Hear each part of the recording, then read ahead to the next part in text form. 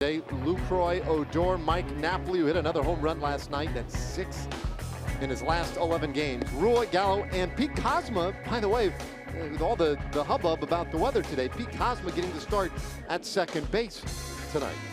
Yeah, he must be excited about that on a pretty miserable night. But as you see Drew Pomeranz, and here's what he's done through his 8 starts, very high ERA at nearly 5. The walks and the strikeouts, and we will see, as we talked about a little bit, that great fastball curveball combination that he's had throughout his career. And here's the defense right now for the Boston Red Sox. Andrew Benintendi will be in left, Jackie Bradley Jr. in center, Mookie Betts in right. Very good outfield defense. Mitch Moreland is back at first base, and it appears that we are ready to get underway. Indeed we are. So DeShields in with that .295 batting average. And the first pitch of the game right in there for a strike. So a delay tonight, but not a bad one, all things considered. Shields in a hole 0-2. I think what will also be interesting to watch here a little bit, Drew Pomeranz is a slow worker. I mentioned that in the open, and it's not a great night, but he's had some issues, and you wonder, if there's any more rain coming, would he maybe pick up the pace a little bit? We shall see. He uses a lot of pitches. I don't mean he has a wide variety of pitches. It takes a lot to get through each hitter. And you see where he has pitches per batter's fake. And those 4 right there, and he'll take the strikeout, but it has been a little bit of an issue for him getting deep in counts and getting that pitch count up way too early, which has been the issue for him, which is why he has not been able to get deep in games. Over his last 3 starts, he's gotten 4 innings, 3 innings, and 4 innings. That is not exactly what you're looking for out of your starting pitchers. He does like strikeouts. Drew Pomeranz, left-hander, 6'5", 232 pounds. And he gets his first of the night against DeShields.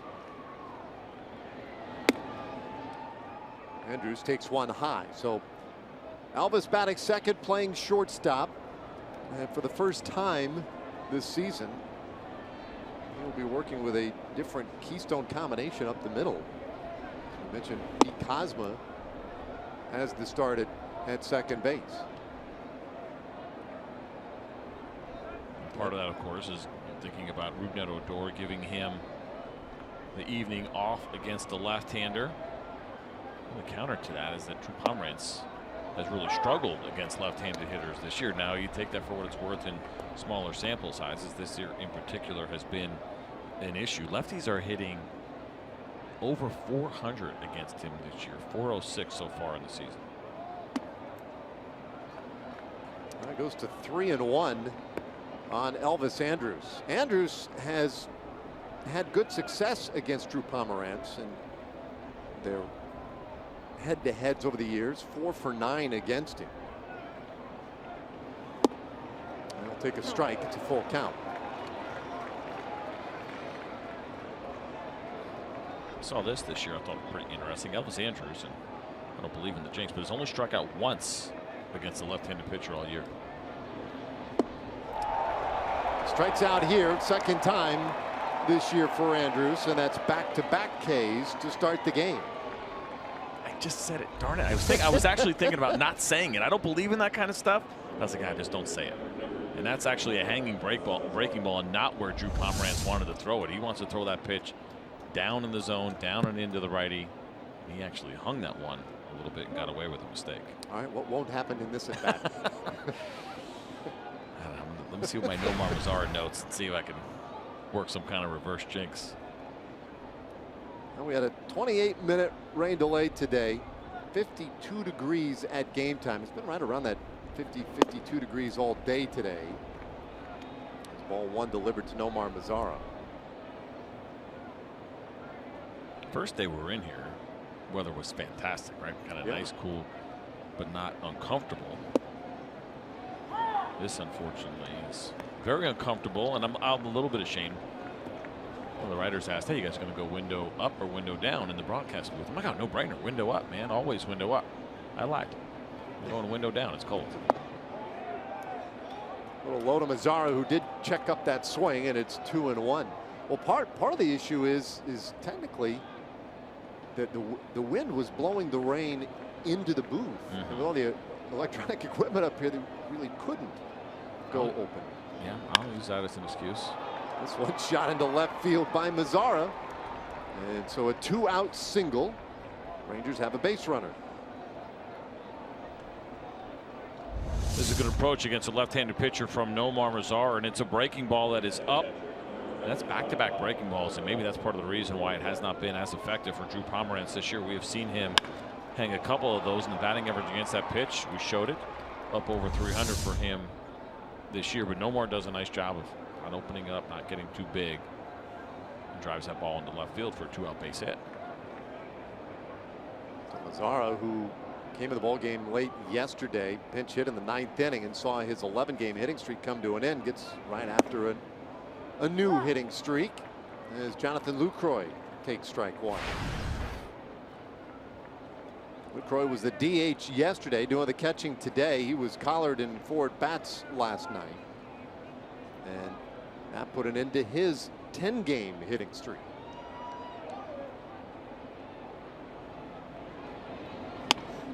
This one rolled on the ground to shortstop. Bogarts will feed Pedroia to end the inning. Rangers have a hit, but leave a man. And now Nick Martinez goes to work.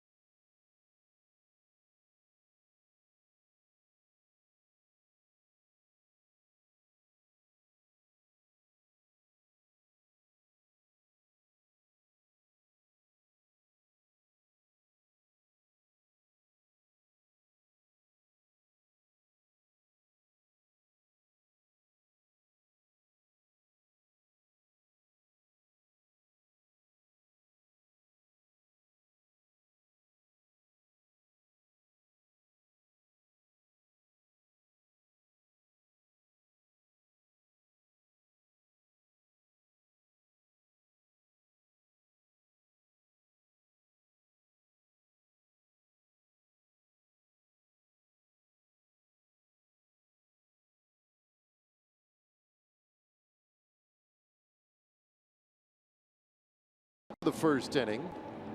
So now to the bottom of the first, we take a look at this Red Sox starting lineup. 24 wins, 21 losses. Betts, Pedroia, and Xander Bogaerts, who's had a really nice month of May so far. Then a 10 deep in left field. It's a cleanup man. Hanley Ramirez, the DH. Moreland back in there. Then it's Bradley Jr., Vasquez, and Marrero. And you see the arsenal here for Nick Martinez, and that four-seam fastball, the pitch that he uses the most, has also been the most effective with that 152 batting average against. And the biggest adjustment for Nick this year is using that cutter more, getting rid of the slider. That has also been very effective for him. You see the batting average against him. That two-seamer surprising.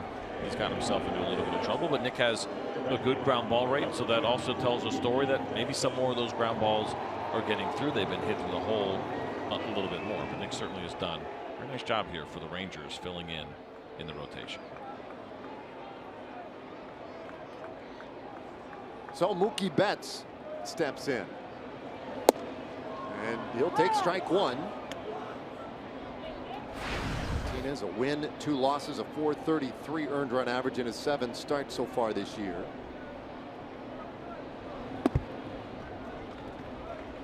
And one of the real strengths of Nick Martinez is the fact that he will not walk many.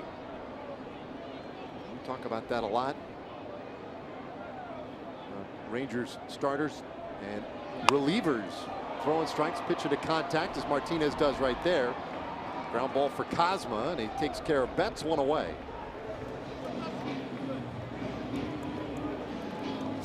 All right, our Kubota power stats tonight.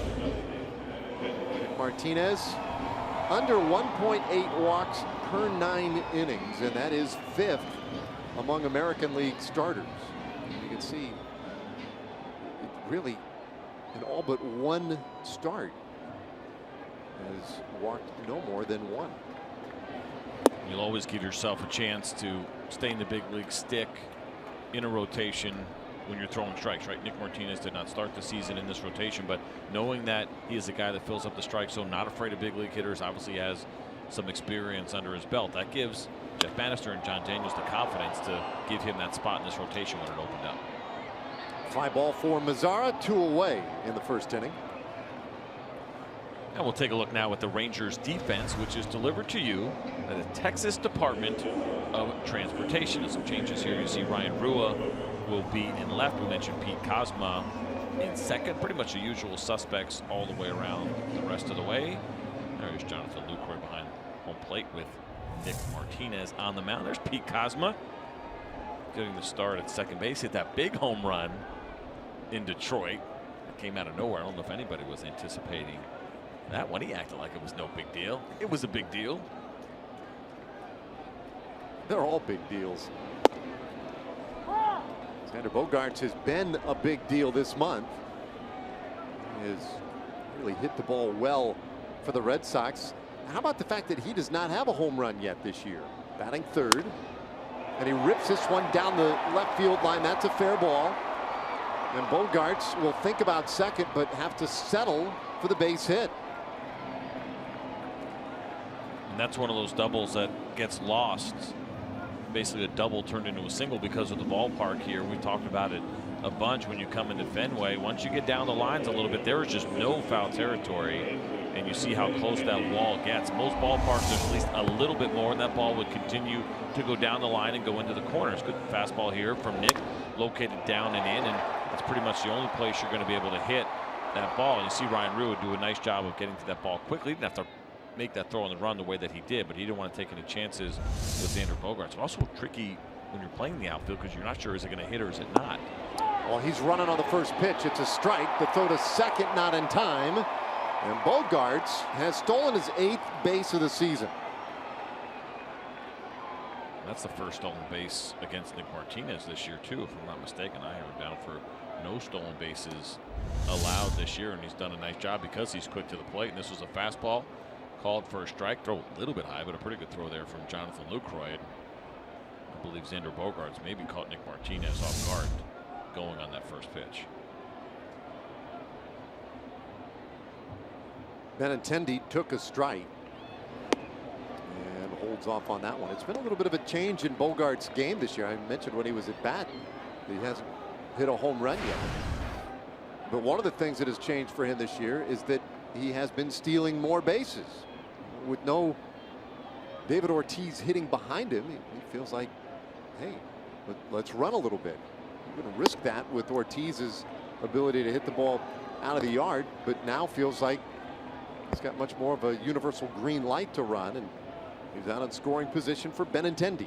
And especially with the way that this lineup is built, I think you bring up a really good point. No David Ortiz, you want to take the bat out of a power hitter's hand when you got a chance to score 2 runs on one swing. But this is more of a line drive team now, base hit team. So the idea of getting into scoring position. And that's why. Base hit to center for Benintendi, and Bogaerts will score easily. Red Sox get the first run of the night. That's why you do it the way that the Red Sox did here after a quick two outs against Nick Martinez. Base hit, steal a base, and you get in scoring position. And you see this changeup from Nick Martinez. Swung, hit hard back up the middle by Andrew Benintendi, a young player that the Red Sox organization and their fans are very excited about. Did a nice job when he got called up last year before hurting his knee, and been in a little bit of a slump, but you can see why they like him so much. That is a nice left-handed swing. And he'll draw a throw this time from Martinez. So that's a a 2-out single by Bogarts, and then the 2-out RBI by Benintendi. How about the Red Sox of this series now 10 for 22 with runners in scoring position? That's a .455 average. They have delivered over and over again these last couple of days. It's 1-0 to Hanley Ramirez.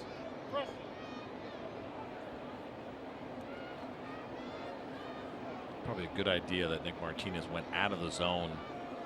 First pitch to Hanley Ramirez. He's slugging .1452 on first pitches going back to the All-Star break a year ago, 2016. That's the best in baseball by far. To put that into context, the league average is .580 slugging. But he gets an opportunity early on the count. He gets a strike. He goes hacking. He has been slugging better than anybody in the game on first pitches. Well, he's jumped ahead here, 2-0.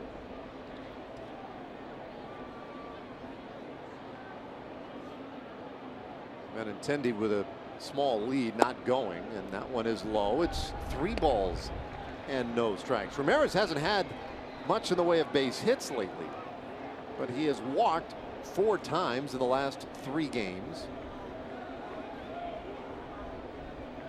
And his seemingly been on base this entire series.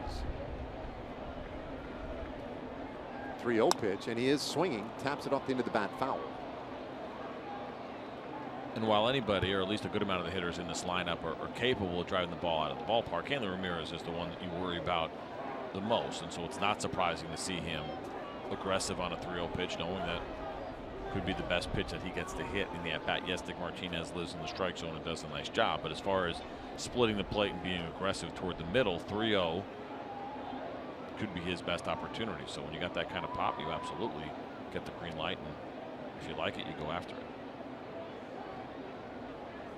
Now the 3-run, and runner was going to throw down to second. Not in time. Benintendi just got underneath the tag of Kozma, and it's his 7th stolen base of the year. And just like that, Nick Martinez went from 0 stolen bases allowed to 2 on the season, and both happening here in the first inning. And so we'll see the jump here from Benintendi. Pretty good jump.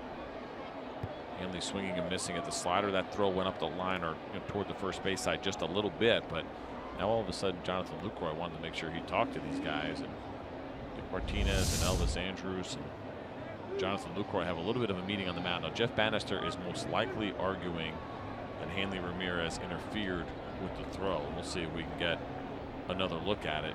Got to remember, it's on the hitter to stay out of the way. So here's a slider that he swung on and missed. Helmet comes across. Bat ends up hitting. Yeah, you know what? Jeff Bannister's got a pretty good argument here, because Hanley Ramirez starts to bend down to pick up his helmet. You got to stay out of the way there. That is on the hitter. It's 100% his responsibility to make sure he stays out of the way of the catcher on those throws.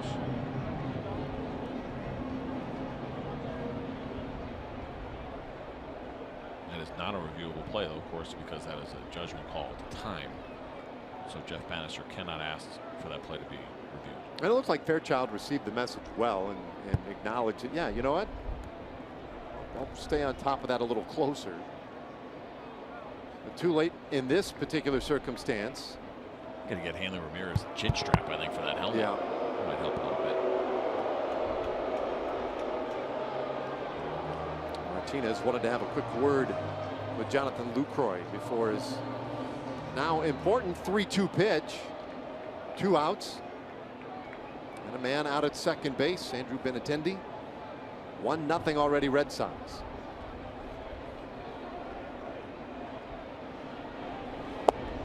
And that is low, ball 4. We mentioned a 28-minute rain delay before the start of this one tonight. Low temperatures in the low 50s, upper 40s as we progress through the evening.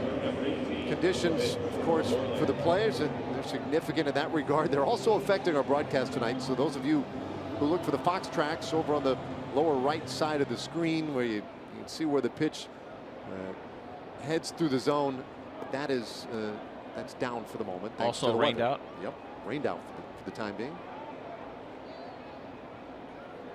got to go old school here a little bit. That's all. All the way back to 2014.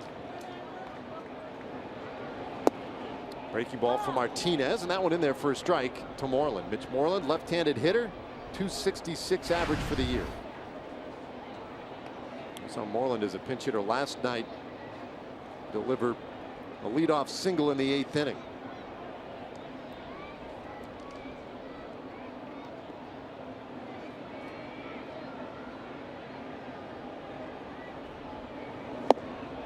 In fact, he got up twice last night. He came in a pinch hit initially in the 7th inning and delivered an RBI single, and then added the base hit in the 8th. Ended up having a pretty big game for just 2 at-bats late in the game. Scored a couple, drove in a run, and extended that hitting streak now to 6 games.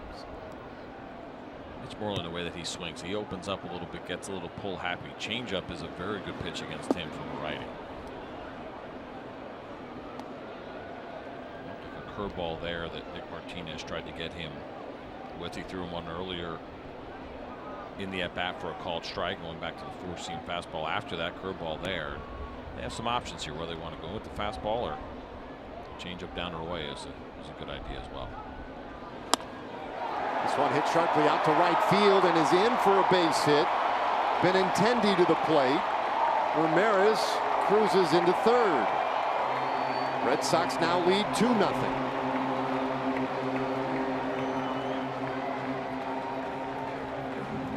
Well, the fastball is what they decided to go with here against Mitch Moreland, and they got it in, but not quite in far enough. And take a look here. You see this fastball kind of catch the inner third, and going down and into a lefty, not necessarily ideal. Elevating is a really good idea, or excuse me, idea with the fastball.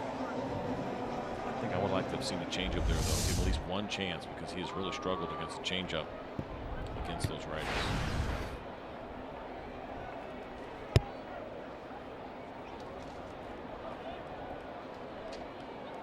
So they're on the corners now for Jackie Bradley Jr.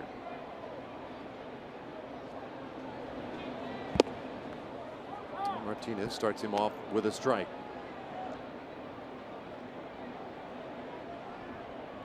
Overall, the numbers for Bradley have not been very encouraging this year, but lately he's picked things up a little bit. Last week has been good to him, hitting .267 over the last 7 games.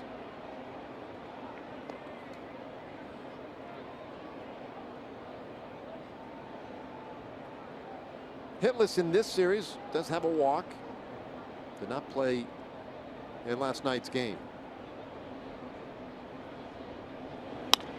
Bouncing ball up the middle. Andrus is there. He'll go to the bag himself and force out Moreland to end the inning. But the Red Sox pick a pair. We go to the 2nd inning. Boston 2, Texas 0.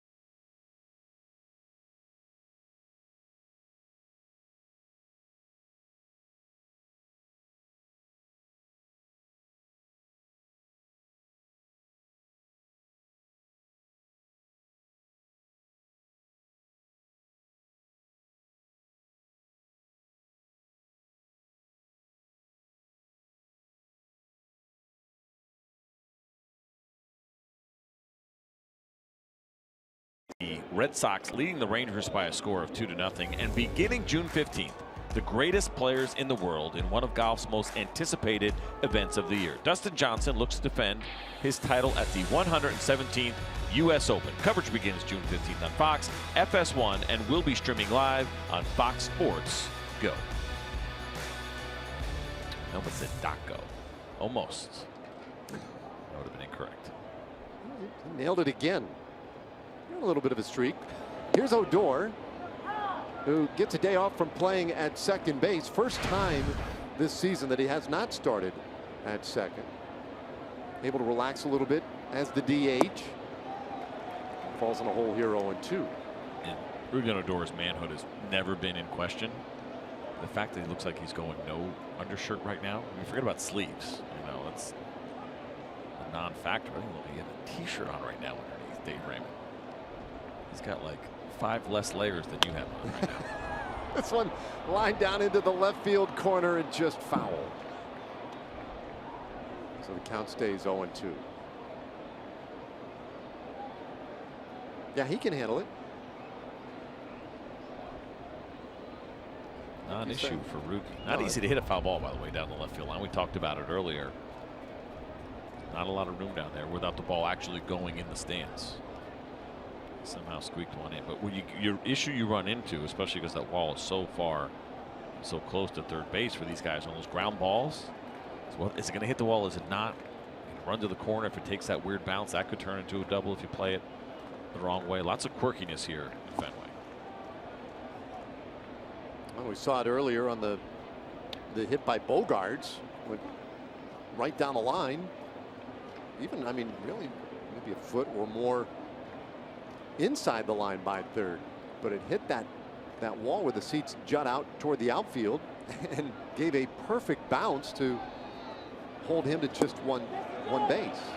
And Odor could not hold up. He went around. That is a strikeout, third of the night for Drew Pomeranz.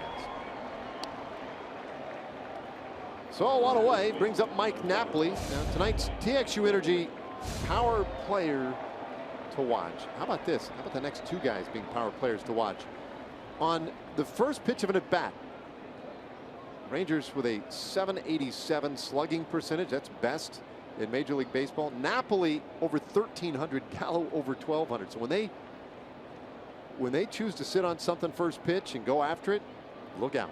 Yeah, they have cashed in. I talked about it with Hanley Ramirez a little bit. And we know this about Mike Napoli. He is so good at working the count, getting deep in counts. He's always been one of the best in baseball over the course of his career. But that doesn't mean he won't try to jump ship on you earlier in the count either. So you get really kind of caught in between as a pitcher when you're trying to game plan a guy who, 1, yes, will work the count, but 2, doesn't mean you can throw a cookie over the middle first pitch, because he's been slugging so well against those first pitches.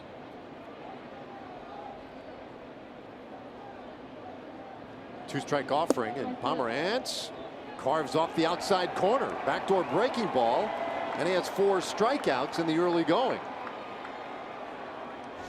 2 away. Hey, the Rangers and Rays open up a series at Globe Life Park Monday. First 15,000 fans get a patriotic Rangers cap, courtesy of Carter Blood Care. Get your Memorial Day tickets at TexasRangers.com or call in 972 Rangers to get your tickets.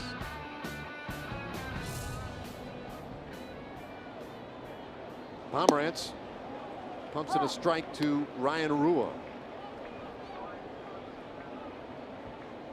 Rua in left field tonight, .233 average.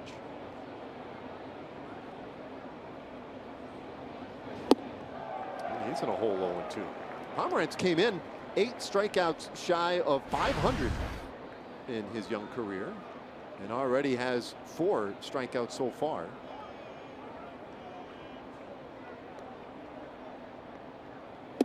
He's 0-2. Make it 5 strikeouts as he strikes out the side in order in the second.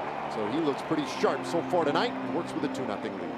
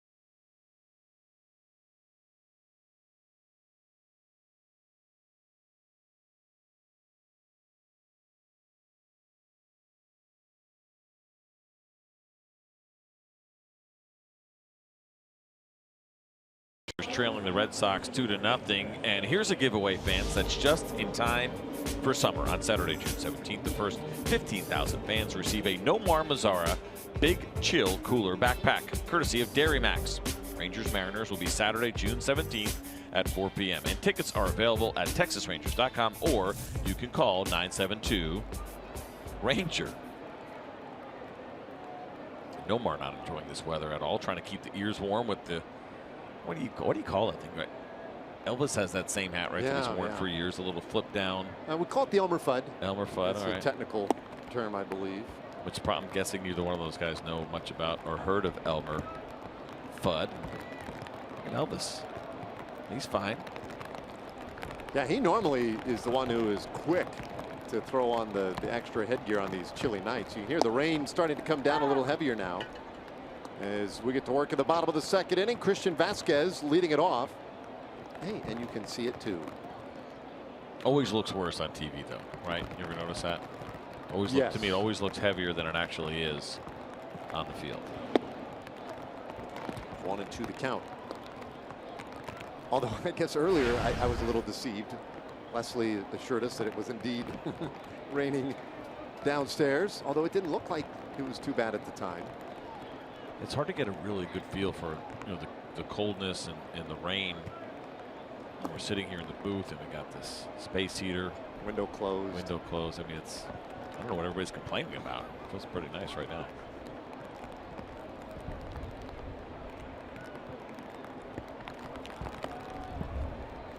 A 2-0 Red Sox lead. They got a couple of 2-out runs in that first inning, and Vasquez chops it foul.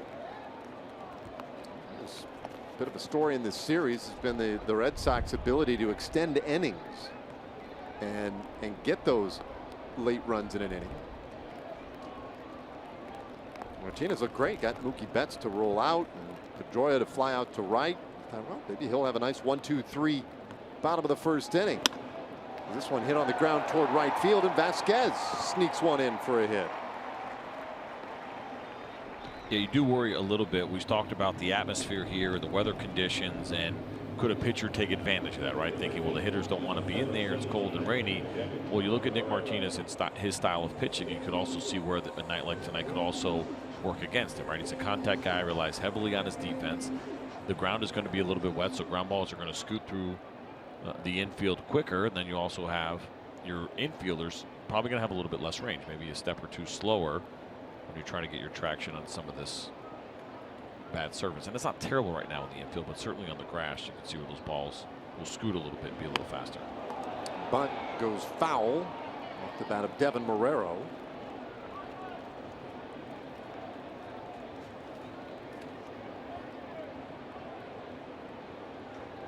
Martinez dealing with a base runner in the second inning after giving up a couple of runs in the first on a tough night to pitch.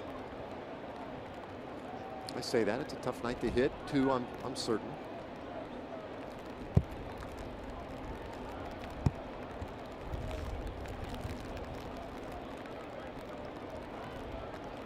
Marrero at 171 coming into the game tonight. He's had a nice series though. 2 hits and 5 at bats. He's scored 3 runs, walked once, stolen a base.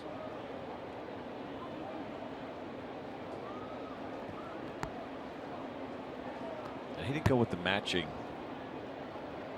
neck scarf dealy thing he's got around his neck. He goes black. I would expect that to be red. And what do you call those things that go over your head? Things with a B.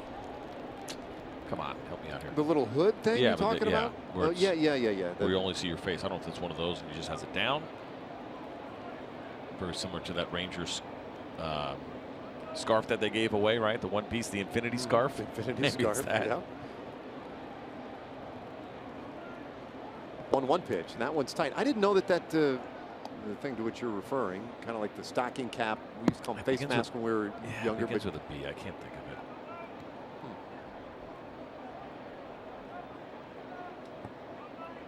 it. 2 balls and a strike. Baklava is the snack, right? The pastry. That's what I was thinking. I'm like, that's not. Whatever. That's not it. You're going down the wrong road. Oh, it sounds really good right now. It does, though. 2-2. As long as we're sitting in this booth with the window closed and the heater on, and that does sound like a nice accoutrement to go with the game. You can see why I would get it a little bit confused. It's called the balaclava. Very similar letters to the dessert. Count stays 2-2. A balaclava? Yep. Huh. And the only reason I know that is because I bought a couple this past off season, and I didn't know the name until I saw it on the outside of the package. Amazon got me again. Didn't even know I needed it. Oh, yeah, living in Georgia. Does beg the question. Vasquez with a small lead at first. And this one lined softly foul. What in the world did you need one for? I don't remember why we bought them, to be honest with you. It's even better. Yeah. It does. You know, we have winter for a week to 10 days. Yeah. Got to be ready. I think we had one snowfall this past off season. So yep, that's probably what it was. By the time it got there, winter was over. Yeah. Yeah. Exactly. Martinez working from the stretch, and he gets a strikeout of Marrero. First strikeout of the night for Nick Martinez. One away here in the second inning. All right, now it is time for our mini countryman player profile. And we're talking Mookie Betts. So his mom named him Marcus, but gave him the middle name Lynn because his parents wanted his initials to be MLB. And the nickname Mookie, his parents loved Mookie Blaylock. Great point guard, Golden State Warriors. What else did Blaylock play for? He played for a couple teams. This one inside on Betts. How awesome is that, though, that his parents give him the MLB initials, and it works out where he actually gets to play. I mean, you talk about calling your shot. Yeah, it's a big one. Step aside, Babe Ruth. I'm just wondering if there's any NBA kids out there, NHL kids out there, and how that worked out.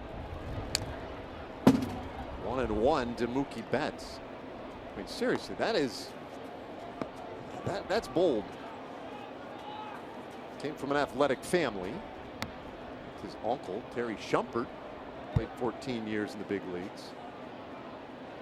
Including, I think Shumpert played a year with the Red Sox. He was mostly, I think, he was a Colorado Rocky for some reason. It's like Betts went to get a new bat or adjust the pine tar on his bat.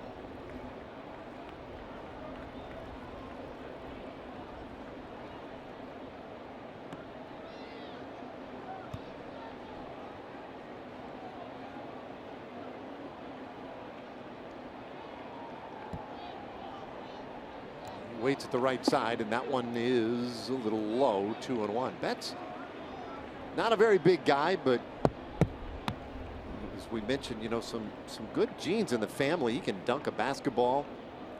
And the odd note on Mookie Betts, I mean, he's 5'9", and he can dunk. This one ripped foul. Look out. He's got the great backup plan, right? For a career standpoint. If it doesn't work out, go into bowling.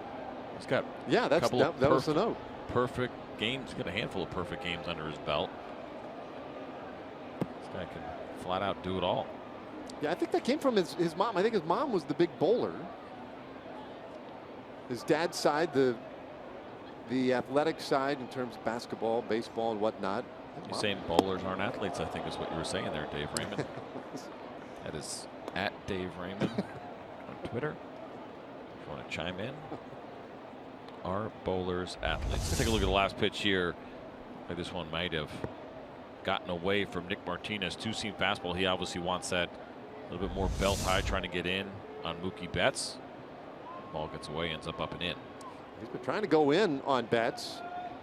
Runner goes, payoff pitch, bouncer up the middle. Cosma right there, touches the bag, goes back to first, and gets the double play. So inning over. We head to the third on a rainy night in Boston. Joey Gallo will lead things off when we come back.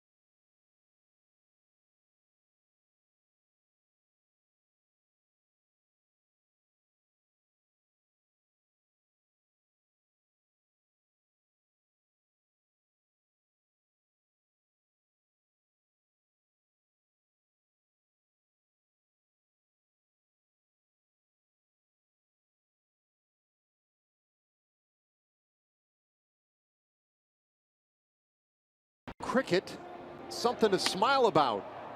Bounce off the mound always helps.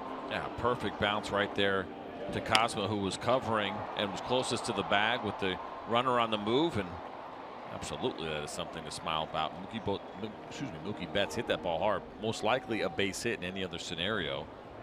Instead, it turns into 2 outs. Nick Martinez will take it.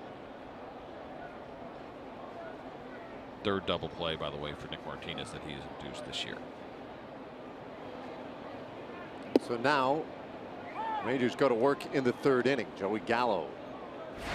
Good so far based on what we've seen through 2 innings from Drew Pomerantz to maybe take that aggressive approach early on. We mentioned that note about how good the Rangers have been on first pitch when it comes to slugging percentage. Going into this inning as it started, Drew Pomerantz has thrown 86% strikes with his fastball. You see one early, you may want to jump on it. Overall, it's been 75% strikes tonight, which is a big number. This is a guy who's usually right around 62%, which is league average. So point being, he is coming at the Rangers right now, and that fastball has been in the zone very consistently. You see what he has been using mostly of, and that is coming into tonight, that 4-seam fastball and the curveball. It is pretty much number 1 and number 2. Gallo stays alive. A ball and 2 strikes. Joey with 14 home runs, 31 RBIs, batting 8th tonight. Lefty on lefty. He won't chase it. Pomerantz already with 5 strikeouts in tonight's game. Take a look at the home run leaders right now, and this is all of Major League Baseball. Aaron Judge, Mike Trout tied with 15, and right there is Joey Gallo. How young the guys are on that list right there. Always a good sign for Major League Baseball when they see their young players really producing.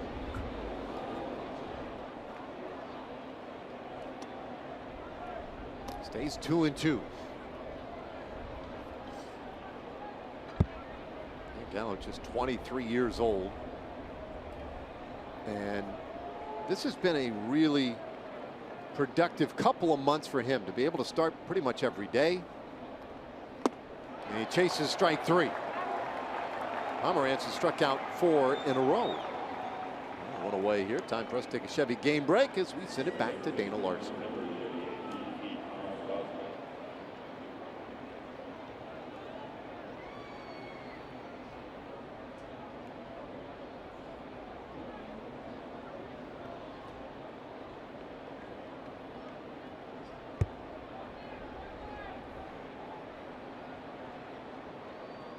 All right, thanks, Dana. Right here, it's a 2-0 Red Sox lead, and Pete Kozma takes a ball. Kozma getting the start at second base. I mentioned it earlier, first time this year that anyone other than Rougned Odor is starting at second base, and Rugi was the last second baseman in the big leagues to have started all 47 games.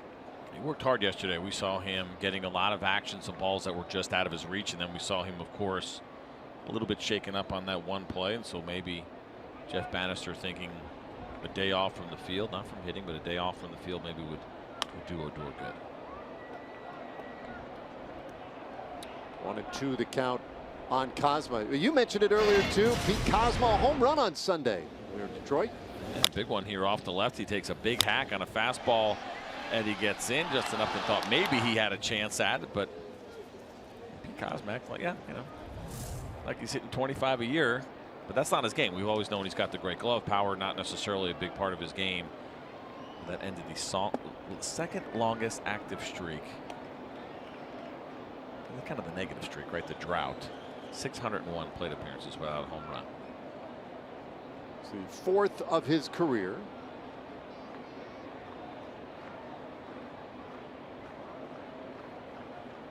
Now the 2-2 pitch. Called strike 3. Well, somebody's going to have to tell. First of all, I mean, it was a strike, but somebody's going to have to let Christian Vasquez know that we actually play 3 outs here in this league. He wanted to shut it down after 2. I don't know where he was going. To the dugout. I'm out. 2 outs is good for me. Let's call it an inning, boys. Rain rules.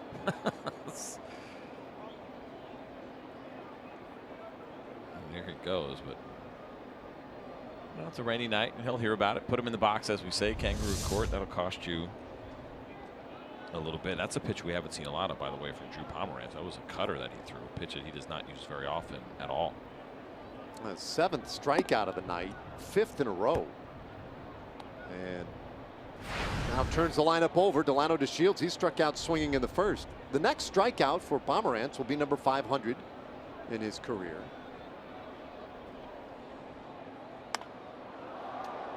And DeShields pops this one up. Long run for Pedroia, and into foul ground. He'll make the catch. Inning is over. That's another perfect half inning for Drew Pomeranz. We head to the bottom of the 3rd, 2-0 Boston.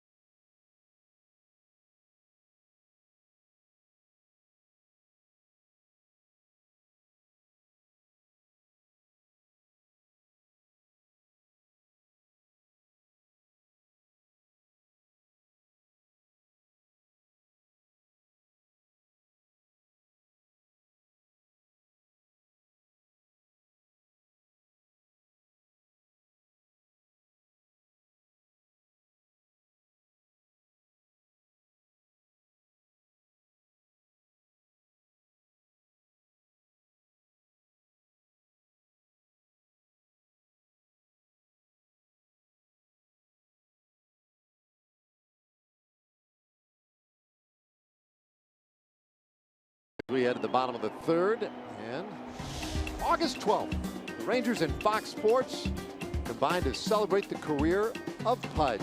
We'll retire his number 7 out of Globe Life Park, and we're offering special 7-game ticket packages, including this memorable night in Arlington. Go to TexasRangers.com/Pudge. Get your tickets and come on out to witness history. All right, Nick Martinez goes after Dustin Pedroia. Pedroia 0 for 1, flied out to right field in the first. Red Sox got their 2 runs in the first inning, and all of it came with 2 outs. It all got started with 2 outs and nobody on.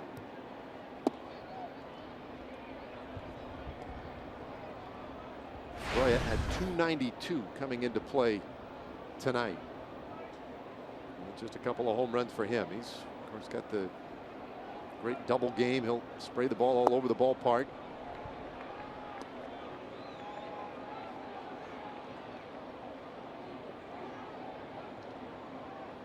Talked a little bit last night about Dustin Pedroia and the great career he has put together already. Just 33 years old. And he draws a 4-pitch walk to start the bottom of the 3rd inning.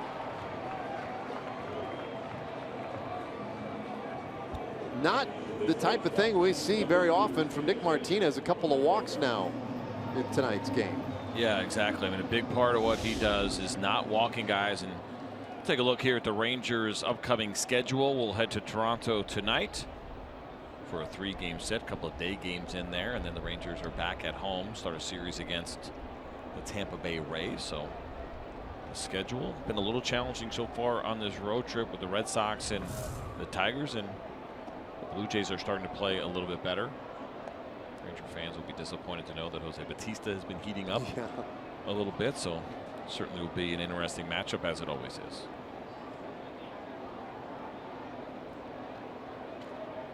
Rangers took 2 of 3 in Detroit. They need a win tonight just to salvage a game here in Boston. I saw this little note on Xander Bogaerts. I thought it was kind of interesting. Now, he has no home runs. He's going to hit some home runs this year, no doubt about it. 21 a year ago. It's going to happen. But he's got an 800 OPS, which is a big number. On base plus slugging. Doing a nice job there with no home runs. That has never happened in a season since going back to World War II. It happened once. Now, Johnny Pesky done it a couple times with 1 home run. Now, again, Xander Bogaerts is going to hit more than 1 home run. But the point being is that the fact that he is getting on base percentage, and he's slugging, but he's doing it without actually hitting the ball out of the ballpark to the degree that he is doing it is extremely, extremely rare.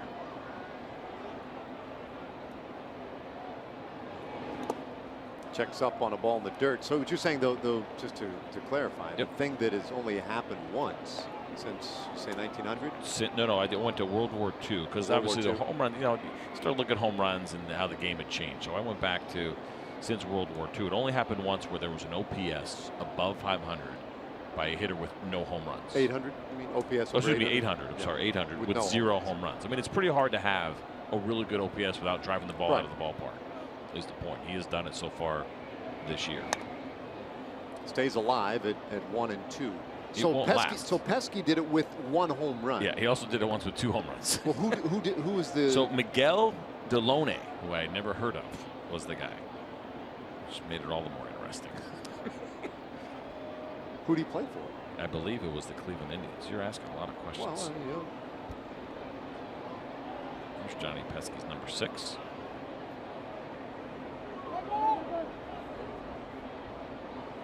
Pedroia at first via the walk, and Bogaerts gets time.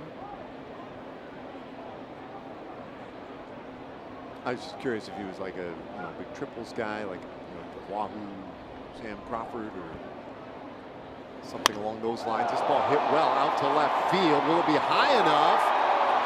It is. Just over the top of the Green Monster, and Xander Bogaerts gets his first home run of the year. It's a 2-run shot, and Boston now leads 4-0. Well, I didn't mean now. I mean, yes, I was going to hit a home run. I wasn't hoping that it was going to be in this at bat. But Xander Bogaerts has that kind of power, and he has shown it over the course of his career, but especially last year. This is a 2-seam fastball, and really not that poorly located. I mean, it was in. It wasn't in on the black, but it certainly did appear to be in at least a decent amount. But Xander Bogaerts, who was swinging a very good bat this year, now gets his first home run of the season. And you and I were talking about it earlier as far as how do you take advantage of this green wall, and usually the guys that hit the ball high have the best chance, but that one was hit on a line from Xander Bogaerts. So 4-0 start to this one. Good effort by those fans, by the way. They were legitimately going to try and catch that ball.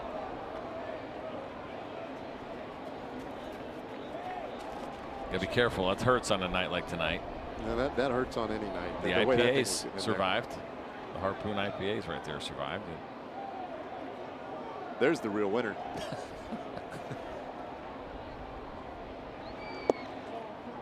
Just off the edge. Answer your question. 2-1.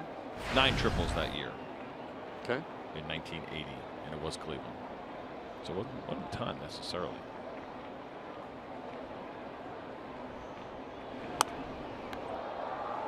Benintendi fights one off. The count now 2-2. Benintendi had the RBI single in the first inning, came with 2 outs, and then eventually would score on the Moreland base hit. That's how the Red Sox got 2 runs in the first. They just a moment ago picked up 2 more on the Bogaerts homer, and it's now a full count.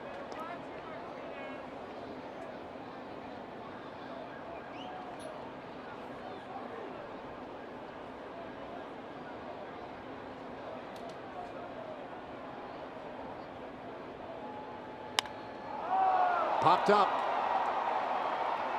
out to left, and Rua with some room. 1 away. At one point, Ryan Rua looked like he almost had his foot on the warning track as he chased this fly ball down. And just to give you a little bit of an idea of what the wind is doing tonight, it's blowing in. That American flag out in center field, just a little bit to left center field, is blowing kind of straight in. But watch Ryan Rua right here trying to track this baseball. You see the flag up there in the corner, but look at him. He's at the track. He's well on the track and has to come all the way back up front. So the home run that we saw from Xander Bogaerts, a line drive that's going to cut through the wind, but See what happened on that one. High fly balls, that could be a little bit of an issue tonight.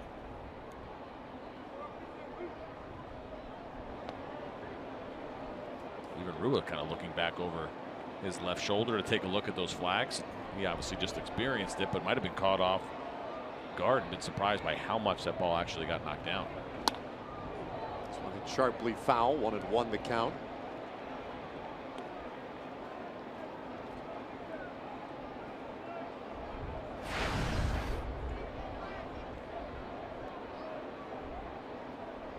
One out. Bottom of the third.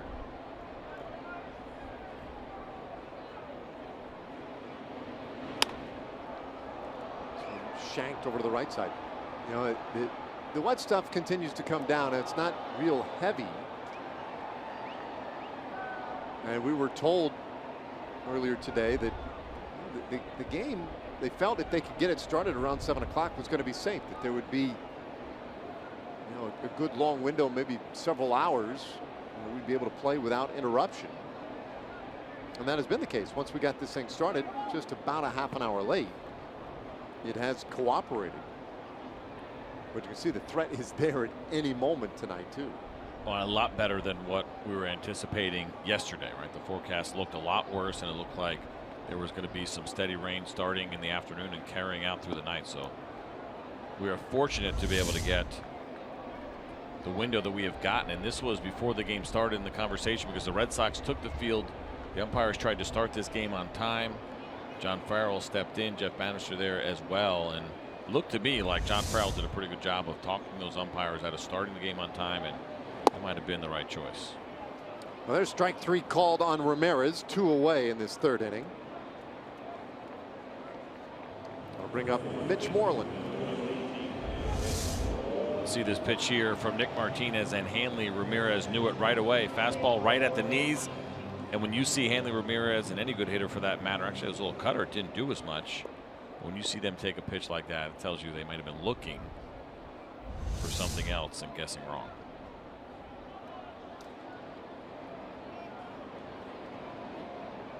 Moreland is 3 for 3 since the 7th inning last night. And he takes a ball from Martinez.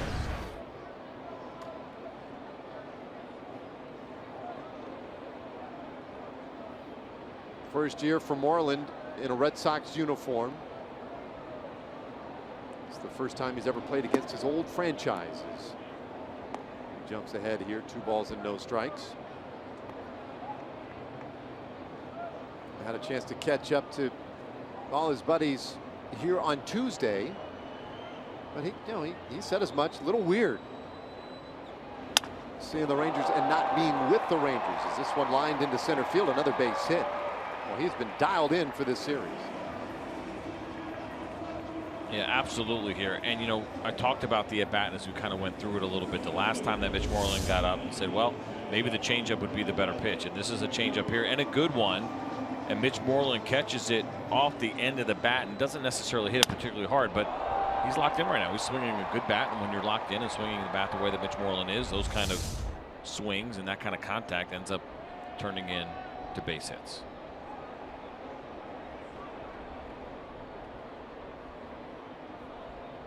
So a 2 away. He's on for Jackie Bradley Jr.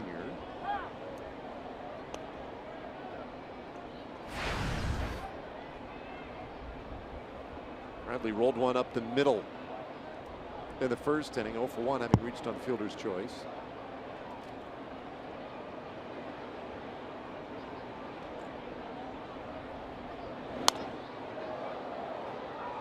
Down, no balls and 2 strikes here. See the pitch count by inning for Nick Martinez, and it has been a high one for him. He's been averaging 16.2 pitches per inning pitch so far this season, but tonight obviously not the case. And that was a legitimate concern coming into this game, knowing that the Red Sox that we've seen throughout the series, and you start looking at the numbers and what they have done over the course of this year, they're just very good at it. They're very good at laying off close pitches. They're good at fouling off tough pitches as well, and they're been very good at making opposing pitchers work. This one line just over second. Base it into right field. Moreland will stop at second base. A base hit for Jackie Bradley Jr. A couple of 2-out hits. Bring up Christian Vasquez. See this pitch here, two-seam fastball, looked like caught a little bit more in the middle of the plate than Nick Martinez wanted, and you see Pete Cosma go up. And that one was just out of his reach. Now Doug Brocail will come out and talk to Nick Martinez and the importance of just finishing up this inning, getting him back to where he needs to be right now. It's already a 4-0 deficit for the Rangers. And you definitely don't want to see this thing get any more out of control than it currently is, because we saw in the first inning where there was 2 outs and the Red Sox hitters were able to string together a couple of good at-bats. It was 2 hits, a walk, and then another hit. That got them on the board to begin with, and then started this inning with the walk and the home run, but 2 quick outs after that. Doug Brocail just wants to make sure that he can get Nick Martinez right back on track and keep this score where it is.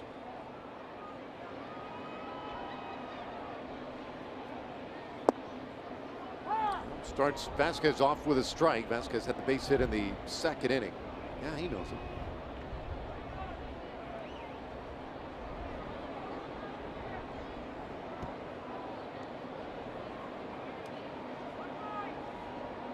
Tough beginning to this one for Nick Martinez. 26-year-old right-hander. A win and 2 losses on the year. Gets another strike in there as they head 0-2.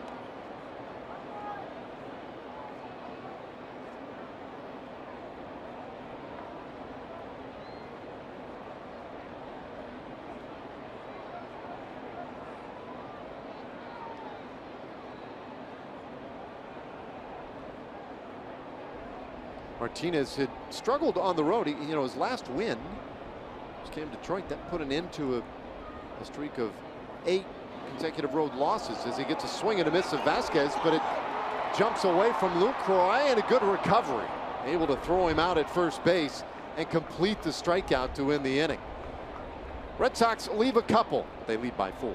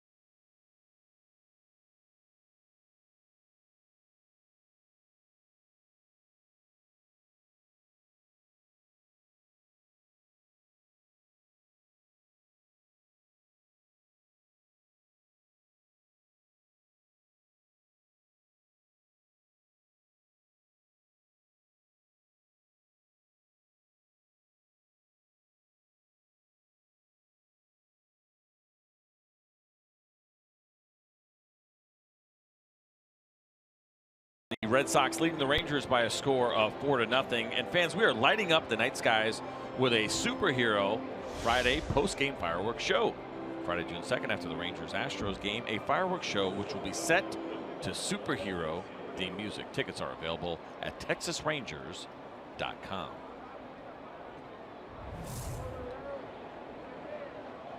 Now, how's that working out? Not bad. It's not a rivalry, I don't think, necessarily, and obviously maybe the weekend not going so great for him. We always want the Rangers to win, but if you're in that relationship, happy wife, happy life, right? Well, that's true. Assuming they're married, I don't know if they are, boyfriend, girlfriend, whatever it is. Whenever your lady is happy, you are happy as well. But at the same time, we probably wouldn't be mad if she was unhappy for these 3 days. Work out for the Rangers. Yeah, I mean, he deserves a moment or two, right? Andrews hits this ball well out to left field. Is it high enough? It is.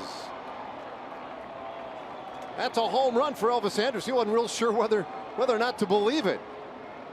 But a solo home run. You got to play it safe here because a lot of times those can turn into singles, and we're going to look at it here eventually, but it looked like maybe a fan had gotten a hand on it, so Elvis Andrews waited until he got the official call. He came around first and he hung out there for a minute, but Alfonso Marquez, the third base umpire tonight, made the call almost immediately that it was a home run, and Elvis Andrews puts a great swing on this ball, and we'll see a fan reach over and actually completely miss it. But those things, I don't know exactly what those are there, but that's actually over the fence. It looks like some kind of backing or whatever that may be, but those are, it's over that line. Well, there's a platform that the wall reaches the top there that's flat, and then about a foot back of it is just a little piece of metal to restrain the ball from hitting people as Mazzaro rolls out to second base. It could be a little bit confusing. I guess that's padded right there. Right? Yeah. Those pads right there, that's what it is. This is a nice swing by Elvis. Talk about how good he has been against left-handed pitching and his lack of strikeouts, but you can see it much better there in the depth and how far those pads are actually behind the wall. It didn't hit you. Don't rub it because you completely missed it. I didn't see any contact on the replay. Did you? Well, if there was, it was very incidental. Soft liner second base, and Pedroia hauls it in 2 away. It was like trying to hug the ball, but it was there and gone before they knew it. No hugging baseballs. That's not going to get you anywhere. You got to go after it barehanded. I know it's cold. Here come the text messages. We saw you miss it. You got to live with that for the rest of your life. It's like trying to catch a punt or something. Not a good strategy. Odor struck out in the second inning. And that began a stretch of 5 consecutive strikeouts for Pomerantz. He struck out 7 Rangers the first time through the order, but the second time through has not notched a strikeout yet. Andrews with the home run has made it a 4-1 game.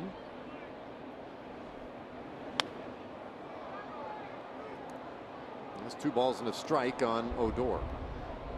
Let's see what the Rangers can do here. So far, some decent contact as they flip the order around for the second time. Drew Pomerantz has some kind of weird numbers. First time through the lineup, it's a 300 batting average against. Second time drops dramatically to 227. Goes back up third time around where it's nearly 300. So it would make a ton of sense, that kind of trend. But it does look like, based on the way that this game started, he was pretty locked in. We saw him with all those strikeouts first time around. That second time now, Rangers hitters are getting some better swings. This one lined out into right field. Base hit for Odor. And he'll be content with the single.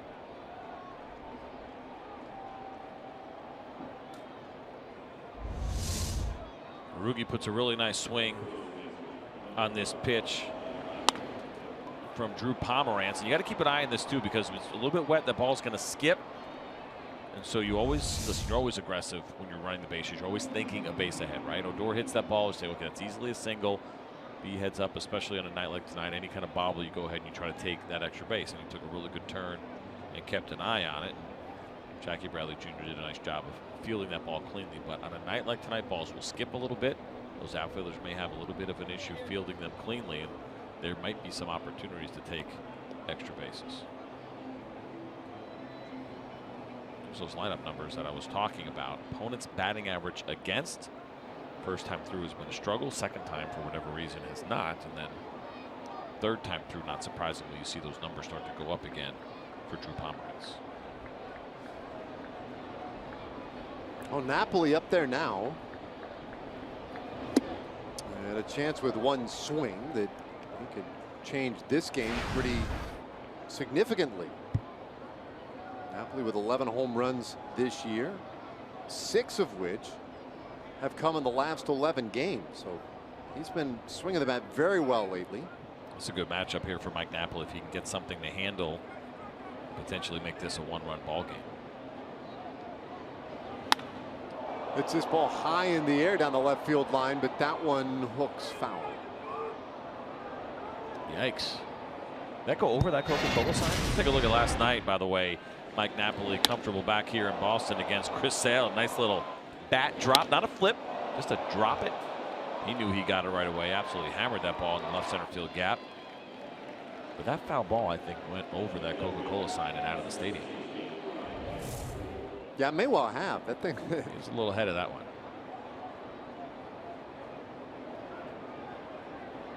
Odor over at first with 2 out. He'll draw a throw.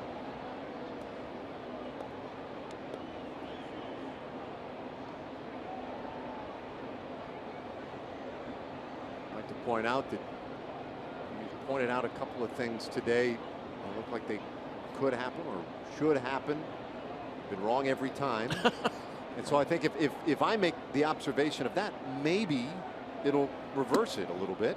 1 and 2 to Napoli. That's certainly comforting to know you're keeping score. Appreciate that, like any good partner would. Here's all the times you messed up today. Thank you. Not a mess up. I mean, it's just Or you were you wrong. Presume that a combination of factors might result in something happening, and it hasn't worked out.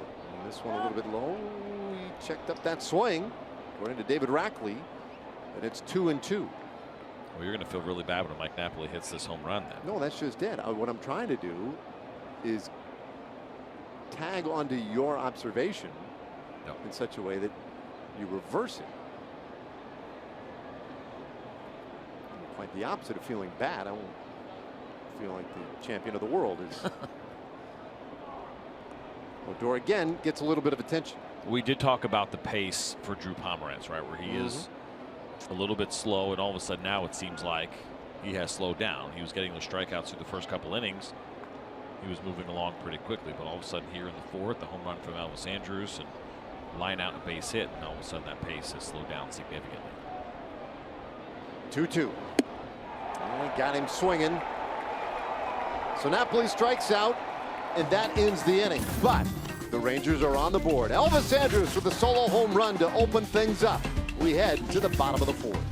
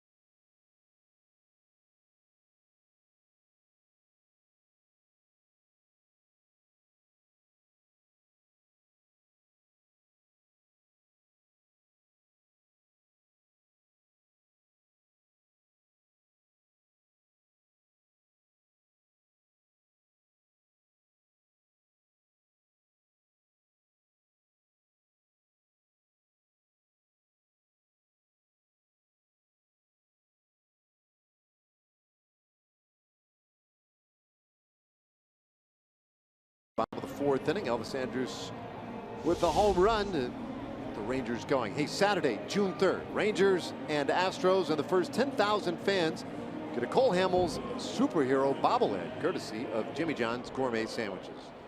Tickets available, TexasRangers.com, or call 972-RANGERS. Also, you want to red out the ballpark, so wear your red. And get your bobblehead. Here we go. Devin Marrero, 9th place hitter, leading off the bottom of the 4th for the Red Sox. And Martinez did strike one in there. Well, after Marrero, Nick Martinez will have a little bit of a challenge as he will attempt to go through this Red Sox order a 3rd time around, but this becomes an important inning, right? The Rangers got on the board with the solo home run from Elvis Andrus, and the idea of maybe getting a little momentum in the favor of the Rangers and holding on to it becomes important as we move on in this game.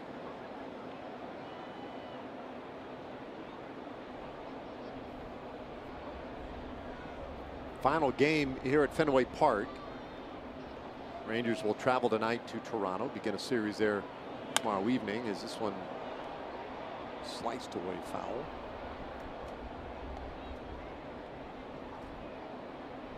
Rangers just trying to get one win while here in Boston. Had the off day Monday.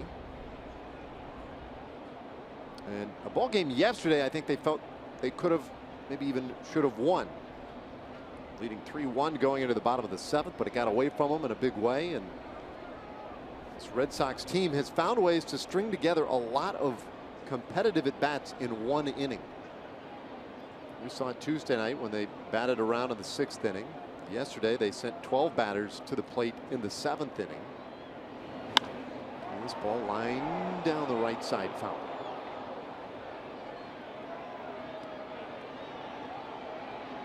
A couple of occasions already tonight. The Red Sox have sent 7 men to the plate in one inning. They did it in the 1st, they did it in the 3rd. Yeah, and then that 1st inning, right? It was 4 batters in a row that reached base after a couple of outs, and yeah, this is an offense that's very capable of doing that. We keep talking about the contact, difficult to strike out, the long at bats, and the downside of playing in a big market like this. A lot of fun, right? It's a great ballpark in the city and everything else. But the downside is heavy criticism. You and I talked about this yesterday. Some talk about John Farrell and whether or not his job is in jeopardy. Seems a little silly to me when you start to look at anything that you can point to and say, well, this hasn't gone well. Is it actually the manager's fault? The answer for me is no. And the same criticism has come down on this offense strictly because they don't have the record that they feel like they should have based on their payroll, and that they're not hitting many home runs. But you've seen it. You can see why this is a good offense, and so John Farrell certainly doesn't deserve any blame for that, and understand that this is the kind of offense that could do well without hitting the home run, and also really well against good pitching. That's the other thing that sticks out when you're a contact team. So we see Marrero go down on the strikeout, 4th one for Martinez tonight. But when you see that kind of lineup, you know they're going to do pretty well. They're going to give a good pitcher a fight with that contact. Tough to strike out, especially when you look at the bulk of this lineup with the really good hitters with the track records.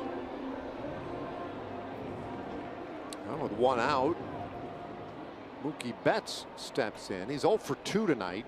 Both times he has hit the ball to Pete Kozma out there at second base.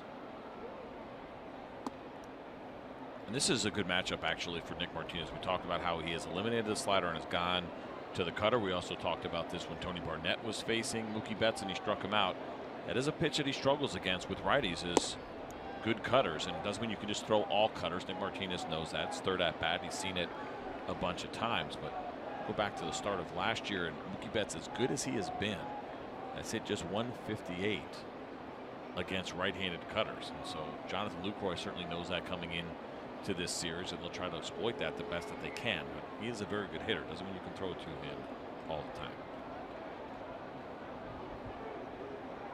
2-0 pitch, and that one hit to Kozma again. Right there on top of it, throws over to first, retires Betts, and they're 2 away. Well, we have referenced tomorrow being the beginning of our series in Toronto and our AT&T matchup. Rangers Blue Jays. It always gets folks excited right there. And we decided, as we were thinking about the matchup, thought, well, we'll highlight Rougned Odor and then Jose Bautista. It seemed like, why not? Obvious candidates. Makes perfect sense. We talk about pitchers all the time, and you know I love talking about some pitchers. But that being said, yes, it is about those guys. That is certainly going to be an exciting matchup. Two away here, and Pedroia, he's 0 for 1 with a walk. Takes the ball, 1-1 the count. And it's going to be AJ, Yu Darvish, and Andrew Kashner scheduled to go in those 3 games. Darvish will be going up against Estrada. Biagini will be on Sunday, and then Friday is, who is it, Mike Bolsinger getting the start for the Texas Rangers. I like the pitching matchups when you look at them on paper. Certainly favoring the Rangers in that series, at least from a starting pitching standpoint. 1-2 and a little tapper back to the mound. Martinez snares it and takes care of Pedroia, and his first 1-2-3 inning of the night. We go to the 5th, down by 3.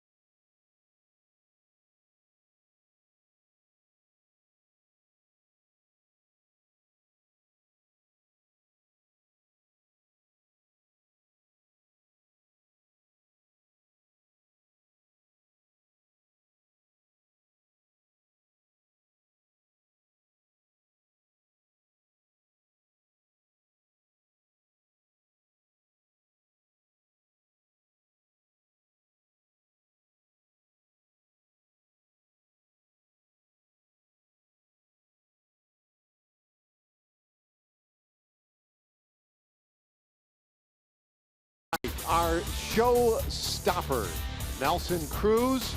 This was the 6th inning today in Washington.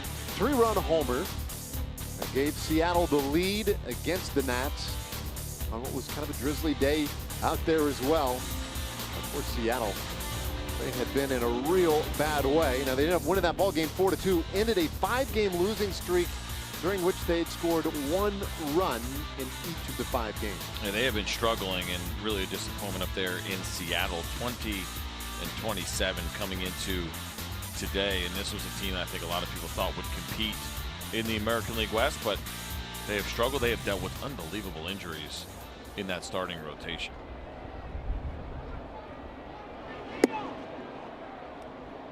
It'll be Ryan Rua, Joey Gallo, and Pete Kozma in the 5th inning. Rangers down by 3.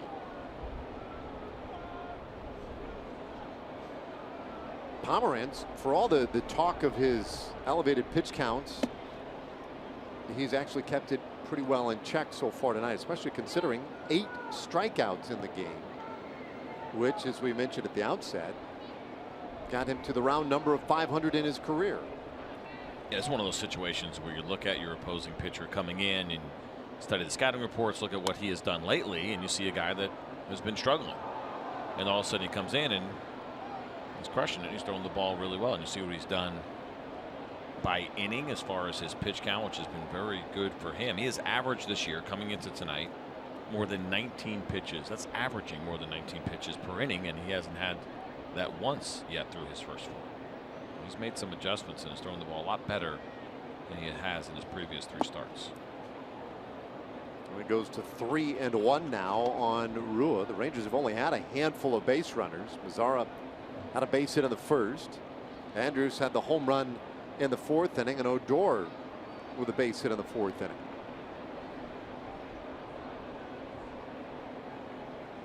3-1. And this one is popped up. Third base side. Guerrero drifting toward the stands, and nice job of staying with the baseball. So one away in the fifth. Time for a Chevy game break. Let's send it back to Dana Larson.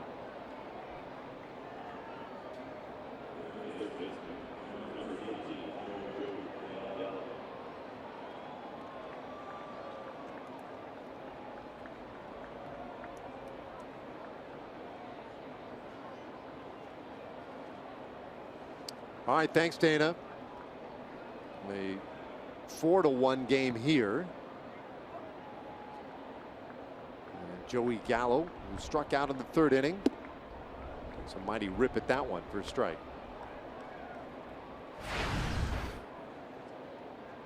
Joey Gallo's already gotten a couple looks now tonight at Drew Pomerantz, and this will be a little bit interesting because one of the strange numbers coming in for Drew Pomerantz was how bad he was with his curveball against lefties. Now, if he locates it well, it's one thing, but how about this? .462 batting average against left-handed hitters on his curveball. That should not be happening with him when you think about the curveball being a good one that has been a strong pitch for him throughout his career. Lefties have crushed it this season.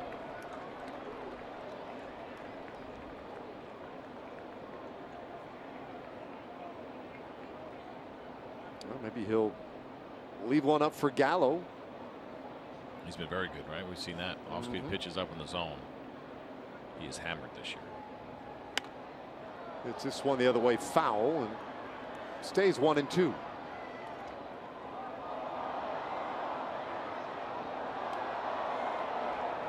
Gallo at 195 coming into play today, but 14 home runs. It's one off the major league lead. And 31 RBIs. Per usual, a big shift on the infield for him. And he'll again shoot it the other way, foul. You see the three infielders on the right side. And a pretty standard look against Joey Gallo these days. I wonder what that's like to see that to the left side, like what the temptation is like. I mean, he's not going to try to bunt, obviously, with 2 outs, but just what an awkward way to look at the defense compared to what you've seen your entire life. It's 2-2.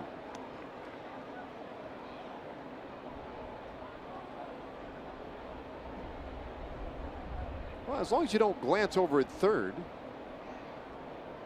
it doesn't look terribly different. Bouncer down the first baseline, just foul. More on Joey Gallo. Let's check in again with Leslie. Well, Joey Gallo has done a tremendous job on offense and defense, filling in for Adrian Beltre. In fact, he told me that during spring training, he was really just practicing in the outfield. So when he figured out that he had to play third base, he started taking more ground balls. And he said, I didn't even think I was going to be on this team. So he has taken the most of the situation and made the most of it, guys. He said, you know, it's hard to fill in for a Hall of Famer in Beltre. And of course, Beltre may be coming back soon, but he has definitely shown the Rangers that he can fill in and step up when his number was called. No question about that.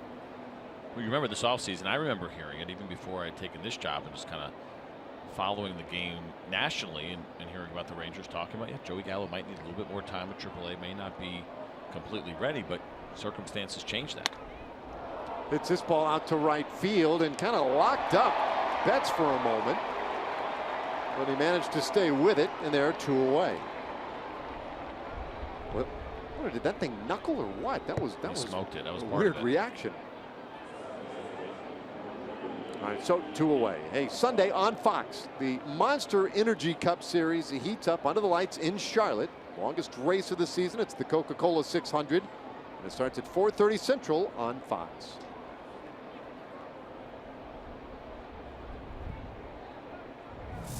Got 2 away. And Cosma, who struck out looking in the third.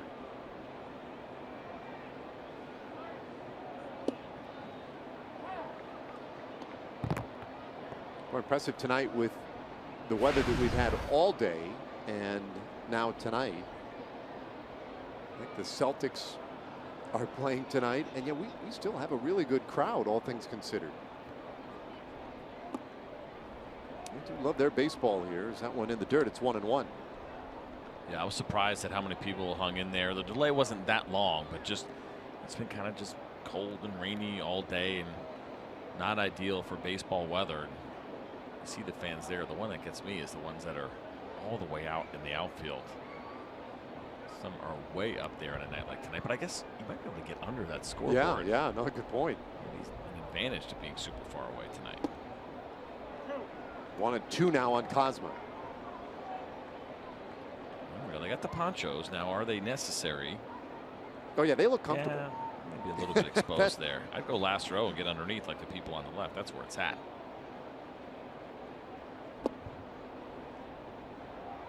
That looks pretty tough out there. It looked like they were getting a little bit of an extra breeze under that scoreboard. Why not? Just that little extra kick.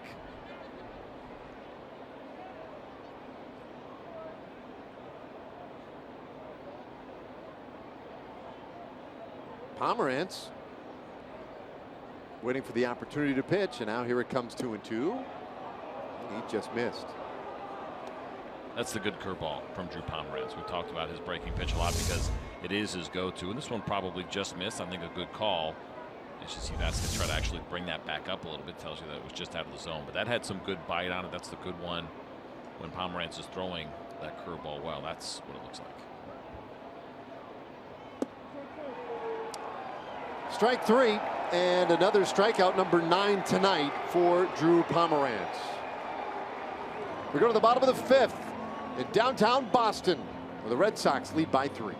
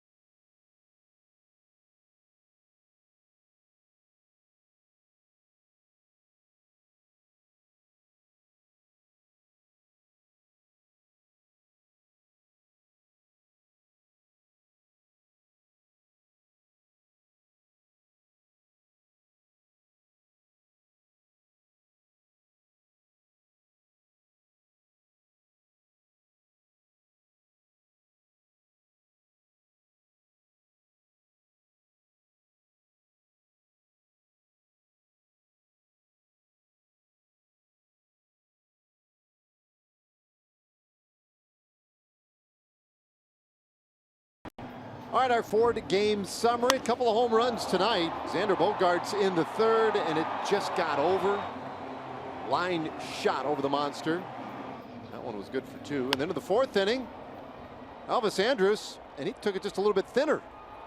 He did a couple that barely got out, but for Xander Bogaerts, his first of the year, and then for Elvis Andrus coming up big, getting the Rangers on the board, and fans 0 for 2 on trying to collect themselves a souvenir as well in the process. You mentioned Bogaerts, his first home run of the season. Now he's 2 for 2 tonight against Nick Martinez, and takes one at the belt for a strike. Leo, our stats guy here in Boston, he does a great job, and he handed me a note about that Bogaerts home run. It was a year ago today that Bogaerts hit one against the Colorado Rockies. That gave him 3 for the year. So pop up, handled by Lucroy, and there's one away. So he's not far off last year's pace, a year in which he hit 21. Which was a career high for him as well. And so again, for Xander Bogaerts, the kind of year he's having offensively, there's no reason, in my opinion, to make any kind of change in the approach to what he is doing. Batting average has been great. Base percentage has been really good. 331, 395 coming into tonight. A nearly 850 OPS. The home runs will come. He's got 4 triples this year, by the way, which is a career high for him already. So he's doing it a little bit differently. But so what? He's having a nice year. Another one away. Andrew Benintendi takes the ball. He's 1 for 2 tonight. Drove in a run in the first inning and then eventually scored.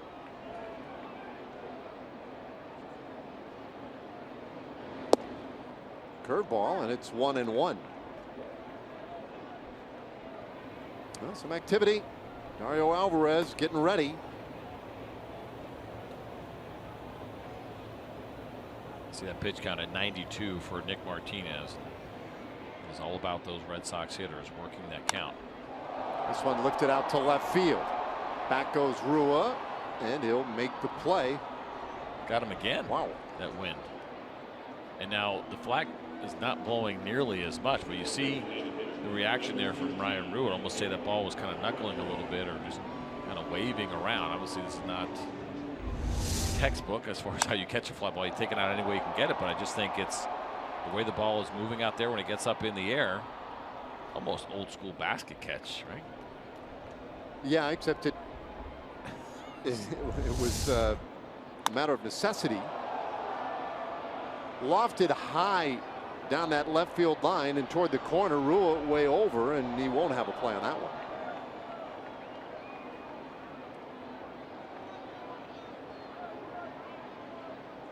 And speaking of basket catches, it was today 1951 when Willie Mays made his big league debut with the New York Giants.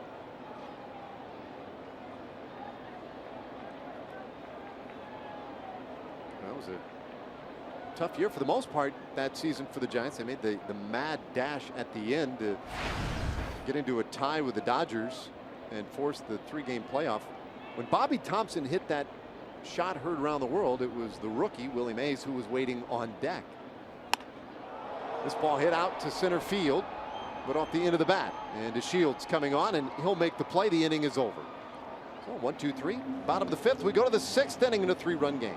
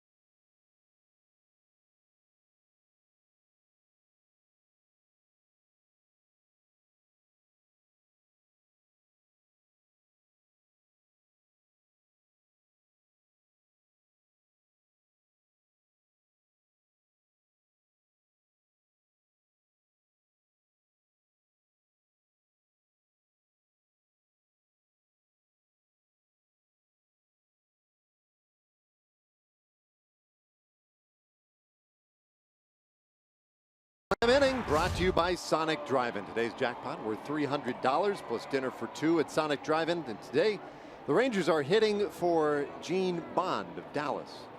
So if a Ranger hits a home run this inning, Gene will win $300. If a Ranger hits a grand slam this inning, well, then it's $25,000. So here we go. Good luck. Top of the order, Delano DeShields leading it off. He's 0 for 2. By the way, Nick Martinez, very nicely done. 7-pitch, bottom of the 5th inning. His most efficient of the night. Still, though, the pitch count fairly elevated. I think 95 for him after 5 innings. He may indeed be done.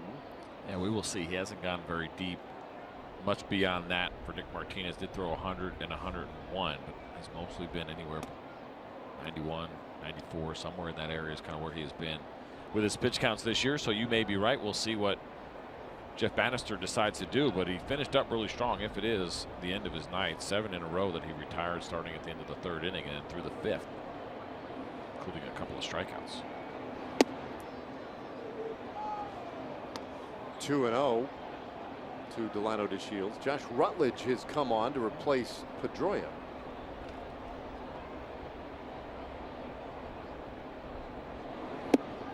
It's interesting. I didn't see anything that happened, right? See if we get word on that.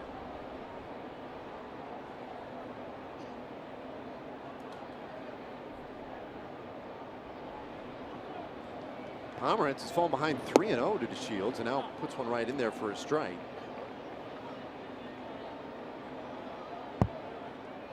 Delino has been getting on with a .361 on base percentage coming into tonight's game, and he hits this ball sharply but foul. Out front of that one just a tad.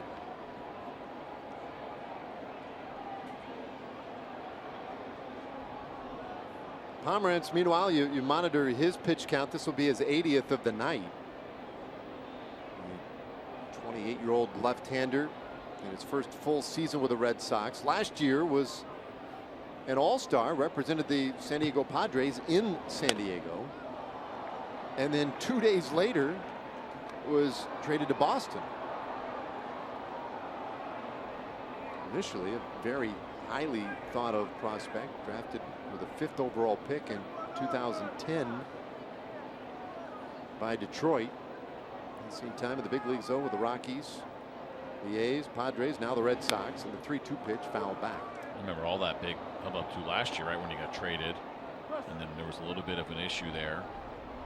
And they had an opportunity to send him back if they wanted to the Padres, right? Because that whole medical thing and whether or not he was actually hurt. And the Red Sox decided to just go ahead and hold on to him, keep him. And when he had the tricep issue, even a couple of starts ago, you start hearing about, was there some regret? Should they have avoided that deal and got one of their top prospects back? But the Red Sox decided to keep him, and he's on, and you see him tonight. He's been on throwing the ball well. You can see why. It's the upside of Drew Pomerantz, but it's been a little bit of an up and down career for him, but there's certainly still some good upside in that arm. Payoff pitch, and he loses DeShields. So Delino works a walk to open the 6th inning. Nicely done. All right, the 2017 Esurance MLB All-Star Game ballot is here. You can go to TexasRangers.com/vote to send your Rangers to the All-Star Game presented by MasterCard on July 11th in Miami. Now, fans who select the Rangers as their favorite team and vote 35 times will receive an offer for 50% off tickets to select Rangers games in August. So get online and vote today.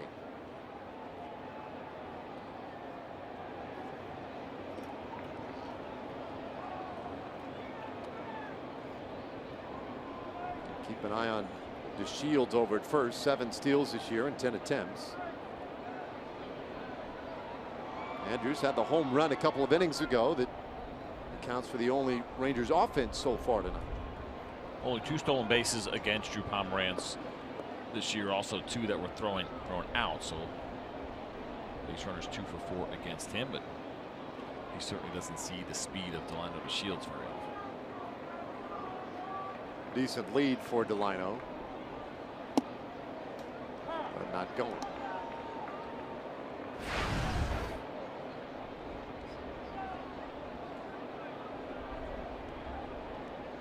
But you would assume, and you see it over the years, the damp infield not helpful for runners. But when it's rainy and lousy weather conditions like this, I think that might be or add just a little degree of difficulty for a catcher. It can, depending how bad it is. Now these guys do such a great job, the grounds crew does, of taking care of the field and making sure that it's ready. It certainly didn't slow the Red Sox down in that first inning. Now the field's taken on some more water since then, but it looks pretty good. I mean, you ever get a full feel for it when you're looking at it through a screen or even from where we are sitting, but overall, the infield does look to be in pretty good shape. Strike to Andrews. Count 1-2.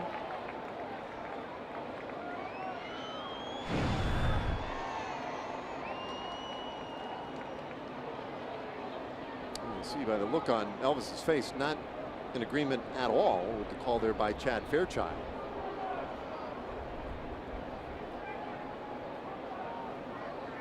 It's a legitimately pained face. He swings and misses. And that's strike 3. Clearly not happy. No, you see the frustration afterwards on a fastball that was elevated, but it's more about the pitch beforehand for Elvis Andrews. Rangers fans, make sure you get $10 upper reserve box seats most Tuesdays all season long, courtesy of Fox Sports Southwest. You can also add a $10 meal to your seats when you buy online. Go to TexasRangers.com/specials and use coupon code FSSW10 to reserve your $10 seats today.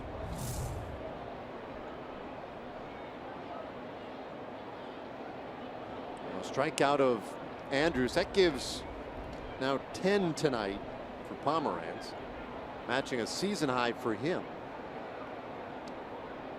It's funny how this game works, right? Funny how the game works, where last night it's Chris Sale, that great streak of, what was it, 8 in a row, 10 strikeouts, right? Trying to break the record, his record that he already held along with Pedro. Trying to get to 9 in a row. He couldn't do it last night. And the guy who's been scuffling, also a left-hander, does. Well, they throw over to first. Delano takes off for second, and he's in there. Well, he just committed to second base. And Pomeranz with the pickoff move, not his best, right? Maybe that casual pickoff to first. And he stayed with that move, and it cost him. Delano DeShields absolutely exploded to second base after he got going. He realized he was picked off, and look at him just put his head down and get his hand in there. But now check this out. At this moment, and obviously you're worried about being safe, but if he can get past Xander Bogaerts right there was nobody at third base because of the shift. Now, that's not necessarily a slide where you're going to pop up and keep going. You're worried about being safe here at second just because you were just picked off. But right there, if he decided to go, there was nobody at third base.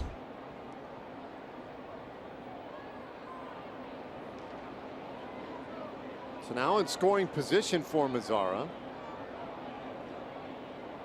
And that's that thing real quick for guys that you think about ahead of time, right? That's, and not saying Delano should have gone there. You should know, you know, that kind of situation, not a lot of time to think. But when you have the shift on like that and you're a base runner, it is something that you keep in mind. We've seen it, right? How many times have you seen a guy slide into second and then just take off for third because nobody is there because of the shift? And so Hector Ortiz at first base will put that in a base runner's ear, say, hey, heads up here, you know, if for some reason something happens, remember the shift is on. You may be able to keep going to third base.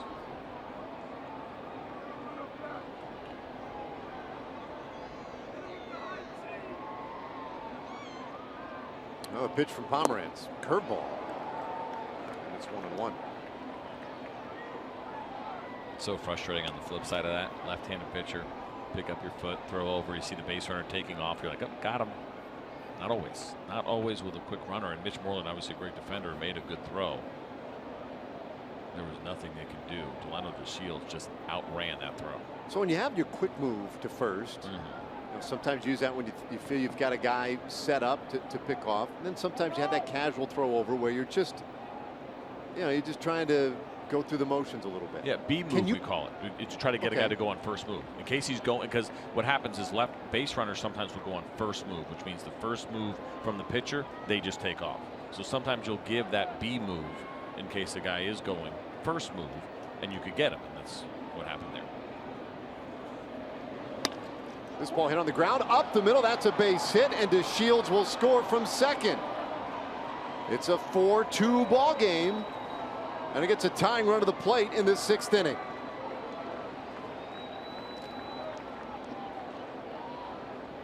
Well, Nomar didn't hit it extremely hard, but he hit it hard enough. And I mentioned the batting average on the breaking ball to left-handed hitters really hasn't added up for Drew Pomeranz. It has been extremely high, 462 coming into this game. Would you hang them like that? Good left-handed hitters will be able to put some good wood on them and get their base hits. And Nomar did that in a really nice spot. I didn't mean to cut you off. Is that what you were kind of getting at, though, as far as the first move, or were you just talking about the different types of moves that those? I guess my question is, when you do that sort of casual move, the B move, as you call it, over to first, and you see the guy go, especially a guy with Delino's type of speed, can you accelerate that throw over at that point? You can. You know, if you're bringing that leg up high and you're going over slow and you see him take off, yes, you're going to get that foot down as fast as you can and get that ball to your first baseman as quickly as you can. But you're also thinking, great, like you're super happy because the guy just took off and you're pretty confident he's going to be out at second base. This ball hit out to center field. Bradley Jr. was shallow, able to get back though and make the catch. Mazara has to hustle back to first, and there are two away. And for a brief moment,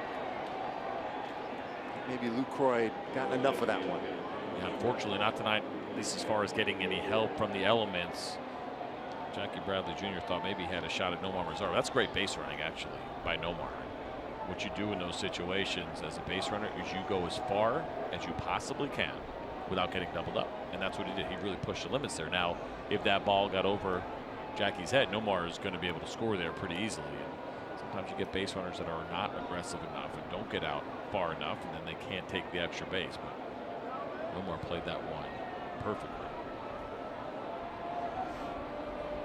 Well, here is Rougned Odor. 1 for 2 against Pomerantz tonight. Pomerantz struck him out of the second. He gave up a base hit to Odor in the fourth.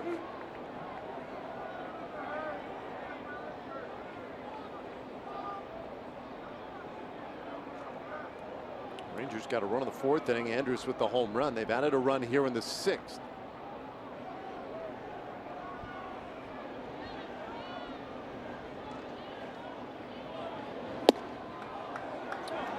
Called strike. It's 0-2. Red Sox got a couple pitchers up right now in their bullpen, and Scott and Hembree. And if you're wondering, well, why is the lefty throwing on the left side and the righty throwing on the right side, usually opposite of how you would see in the bullpen, it is because that bullpen is so tight.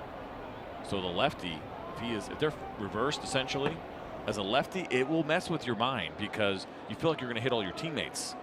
Now think about this, and the way that bullpen is set up, and you're all the way along that side, and all those guys are there along that wall, and it's just kind of weird. Like, you see that there? Imagine if you were the lefty. Yeah. Where Scott is. You know, you're not going to hit one of your teammates, but it's really close. Really tight bullpens here, so you actually do the reverse, which means you have to alternate pitches. You cannot throw them at the same time. Unless you want to get yelled at by a bullpen catcher. Well, plus the way you fall off the rubber, right? I mean, a lot of times it's. And he's a little bit of a lower arm angle guy too. That's the other thing. So if he was on the left side, really, really uncomfortable. Oh, they did throw one at the same time there. See that? Get bonus points. Swing and a miss by Odor, and that strikeout ends the Rangers' threat in the sixth. And they'll leave a man, but they had a run, and they make it a 2-run game.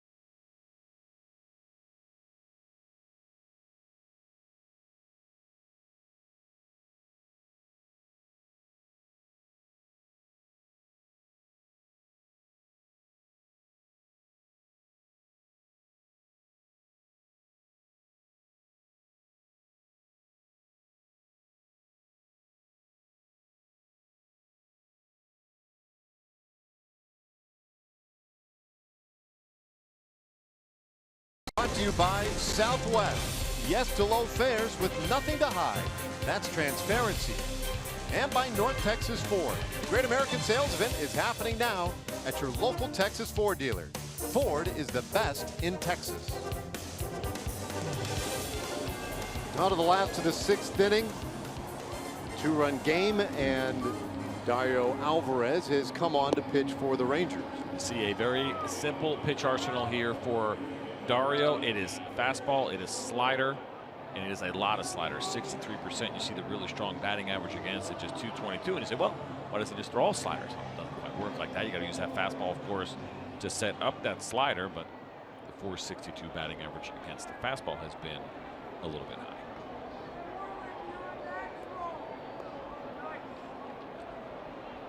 Well, he'll get Mitch Moreland to start this 6th inning. Moreland, Jackie Bradley Jr. and Christian Vasquez are due. That one skips to the backstop. Dario has not pitched that much lately. He threw in the first game of this series and threw 2/3 of an inning and threw 11 pitches. But this is just the 3rd time he has pitched now in the last 10 days. So he had a long break, a 7-day break before he pitched in the first game of this series, but now it'll be 2 out of the last 3. There's that good slider.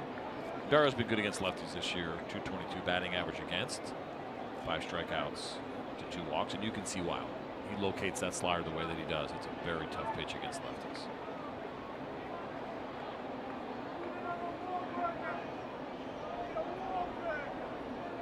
Moreland is 2 for 2 so far tonight, and that one pushes him off the plate just a little bit.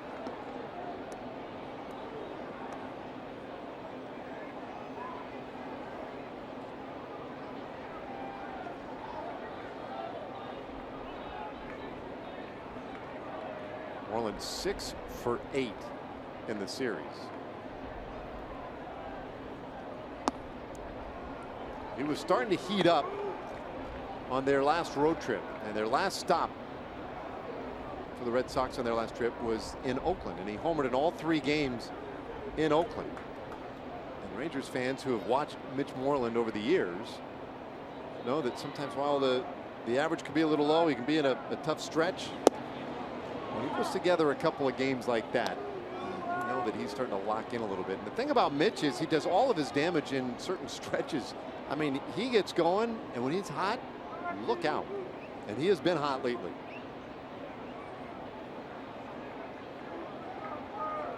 "3-2, and that one got him. That was the second slider that was up and in to Mitch Moreland. We saw Dario locate a really good one away earlier in the at-bat, but he had one where he almost nicked him, and then this one does. And usually when you see lefty on lefty like that, you're never trying to throw your breaking ball up and in or even inside very often. It's a dangerous pitch that requires incredible feel for the pitch. But what usually it is you end up flying open a little bit. That glove goes a little bit faster. That front shoulder opens up and your arm drags and it just kind of hangs there a little bit. Saw 2 of those from Dario in that at bat.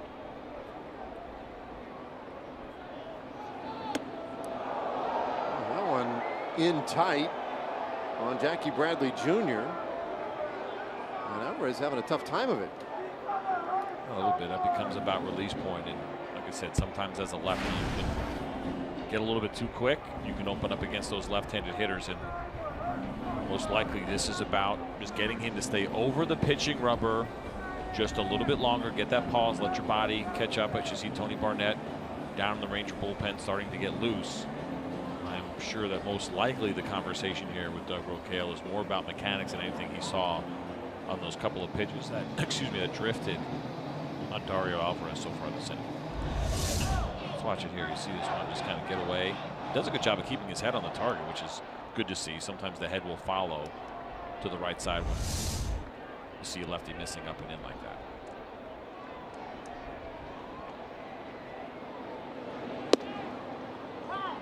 It finds a corner. And we showed it, which I like, showing that batting average against on the slider for Alvarez at 222. Even better when he gets his left-handed hitters in there, they're hitting just 154 against that pitch.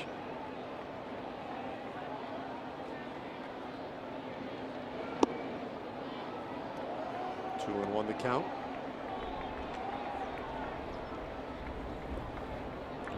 So it's 222 overall, but gets even better when he gets up against those left-handed hitters, and that's part of his job with that bit of a low three-quarter arm angle and heavy slider usage, is to get these left-handed hitters out.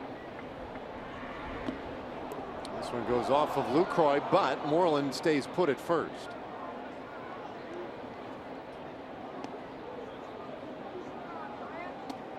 So do you like those numbers? The batting average against on certain pitches, are they? I mean, is there a little context sometimes it's lost there? I mean, I think, you know, it speaks to, we know his strength obviously because of the pitch usage, but I like looking at batting average against certain pitches, and I know some people say, well, batting average is, you know, a stat that maybe we're paying less and less attention to, but I still think it has value. Well, a walk to Bradley, and Dario Alvarez, this does not quite look right. And here comes Jeff Bannister. That's unfortunately going to be it for Dario. Wasn't quite feeling it tonight. Bullpen earned run average in this series for the Rangers has been a problem. Tony Barnett is going to come in to try and put out any potential fire here in the sixth.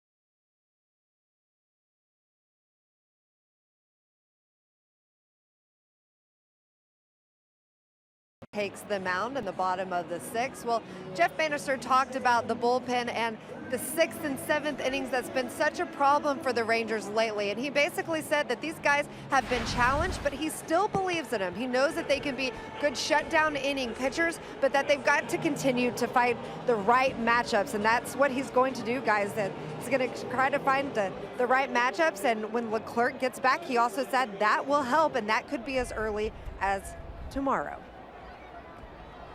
Yeah, and that will be a help. It's pretty clear when you put certain guys in positions in a bullpen, it does take pressure off others, does put guys in the right positions, and having Leclerc can make a big difference for this bullpen. Tony Barnett takes over with a couple of base runners on and nobody out in the sixth inning. That is a really encouraging sign to think about Jose Leclerc getting activated on this roster. He really stepped in and played a pretty big role in the bullpen early on when they were having some overall struggles, and he was doing some things, making some really big improvements with his command, and the idea of getting him back down there with the rest of the relievers would be some very good news.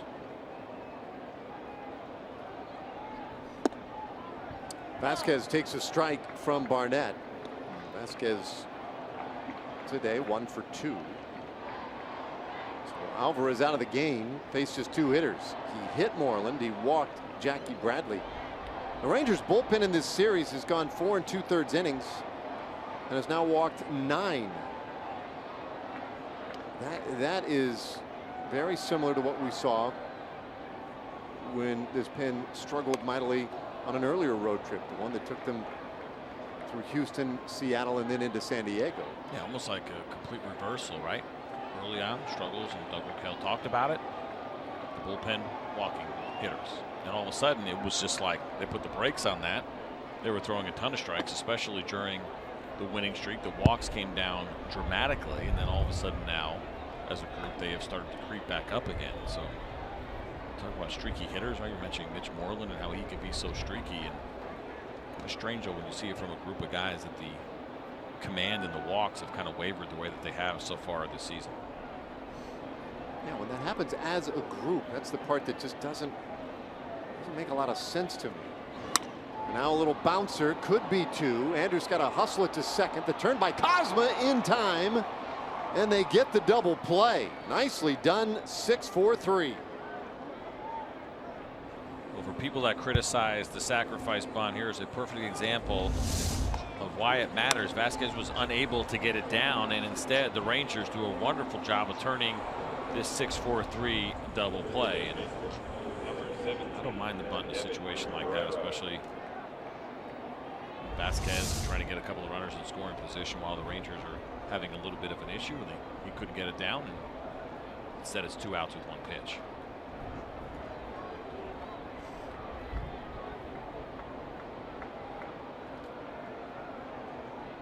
So Moreland is at third, but with 2 away. It's going to be up to Devin Marrero, and he takes strike 1. Marrero has struck out both times up tonight. Those 2 at bats are against Nick Martinez, who struck out 4.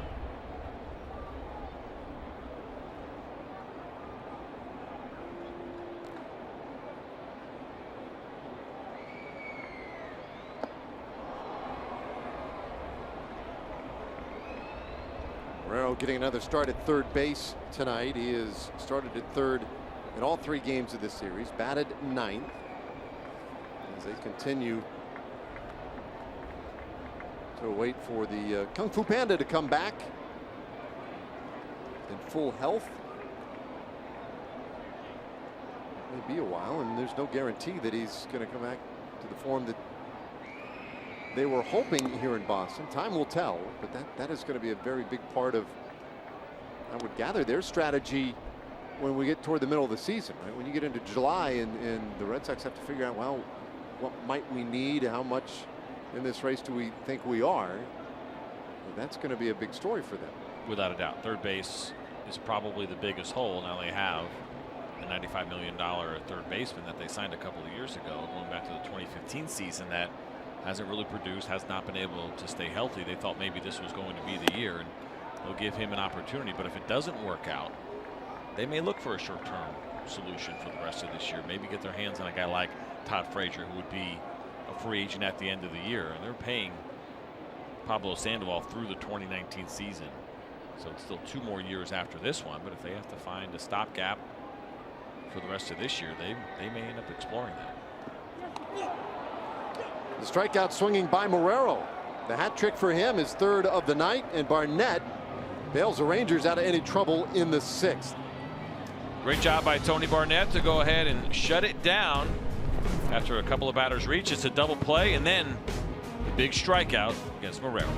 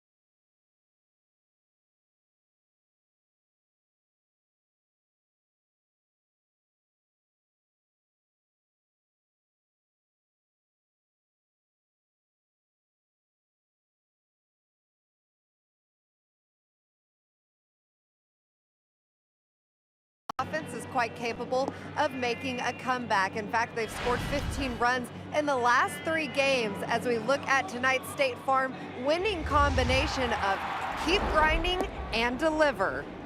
I talked to Nomar Mazara earlier today, and he basically said this offense has been able to deliver good results. He's done a good job keeping the lineup going through these games. He said, you know, if they don't want to pitch to me, they've got another guy right behind me. So a lot of talent in this lineup, and he said that has been key to what this offense has been able to do lately, guys. Yeah, absolutely a key. And I will tell you another key for me.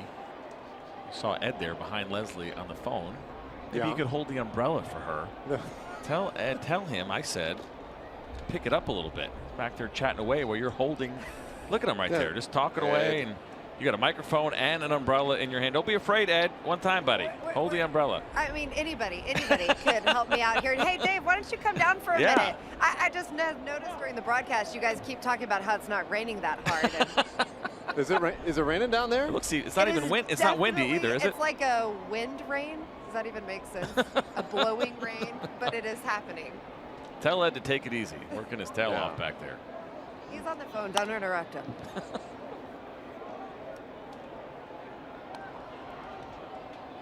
Napoli starting things off in this 7th inning.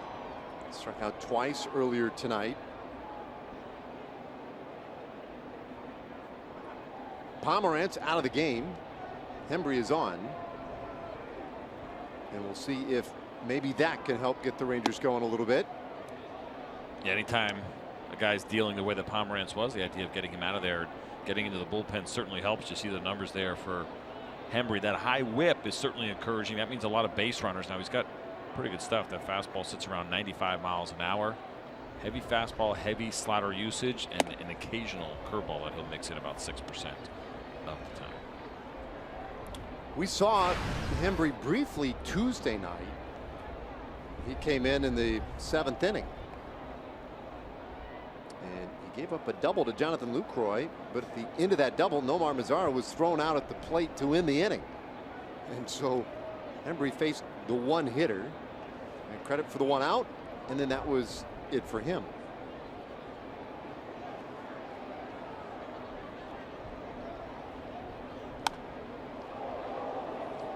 Count stays 2-2 on Napoli.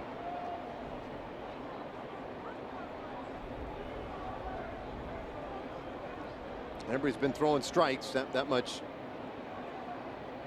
We could say, looking at his numbers, he's not issued a walk in any of his last 10 appearances. He's got one of the better walk rates in that Red Sox bullpen, just barely over 2 per 9 so far in the season. Could I be working one of those reverse jinxes? Could be. Maybe now's the time. This is a good time as any right now. Put your powers to use for the positive. I like what you're doing. You've kind of. You led me there, though. You did lead me there a little bit.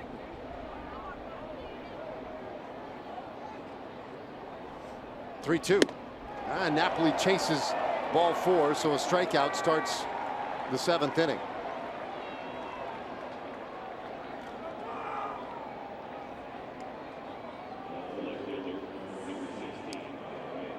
Well, invitation to download MLB.com at bat today. Get Rangers home screen icons as well as game day highlights, radio broadcast, statcast, news, and more.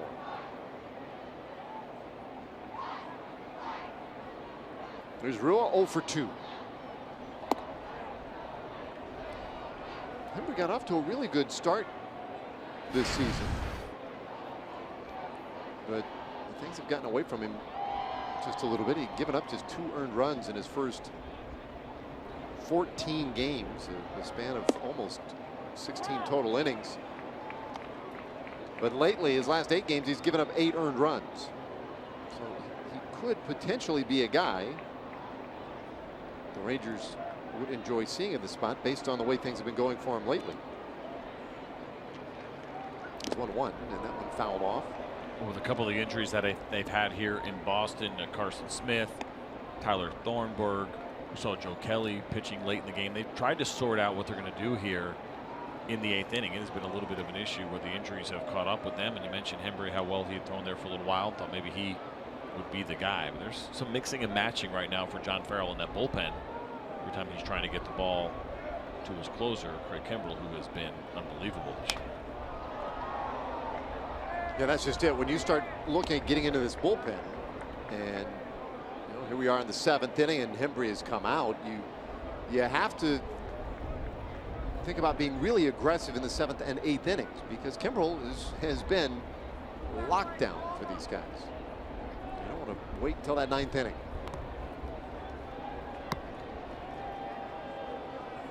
One-two pitch to Rua. He won't chase it.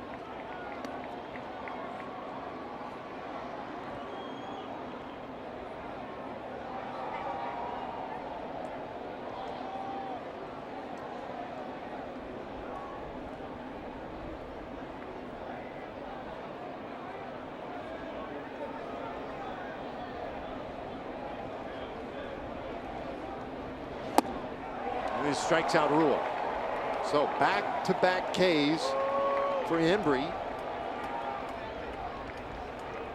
John Farrell already out of the dugout, signals to the bullpen. So they want to bring on a left-hander with Joey Gallo coming up. Hembree does his job, gets a couple of strikeouts. Red Sox dipping back into that pen again. A 2-run game.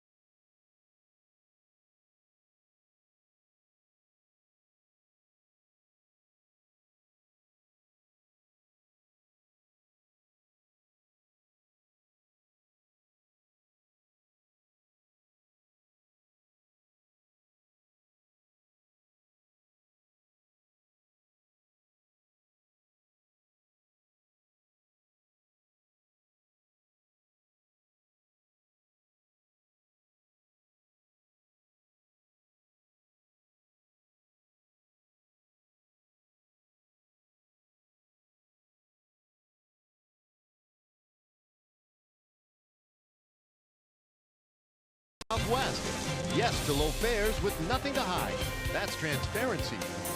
And by AT&T Internet. Visit AT&T.com/keepcalm to learn more.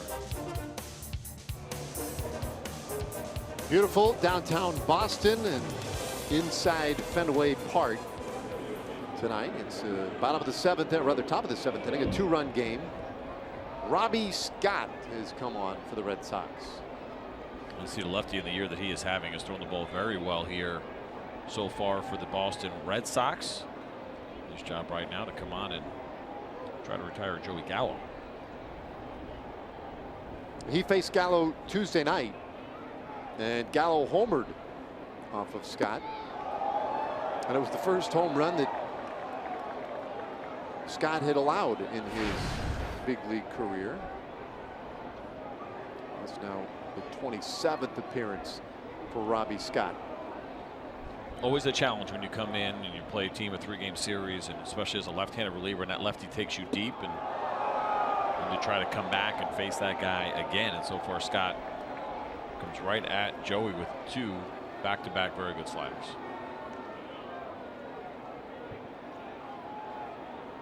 Rangers could use a base runner, trailing by 2.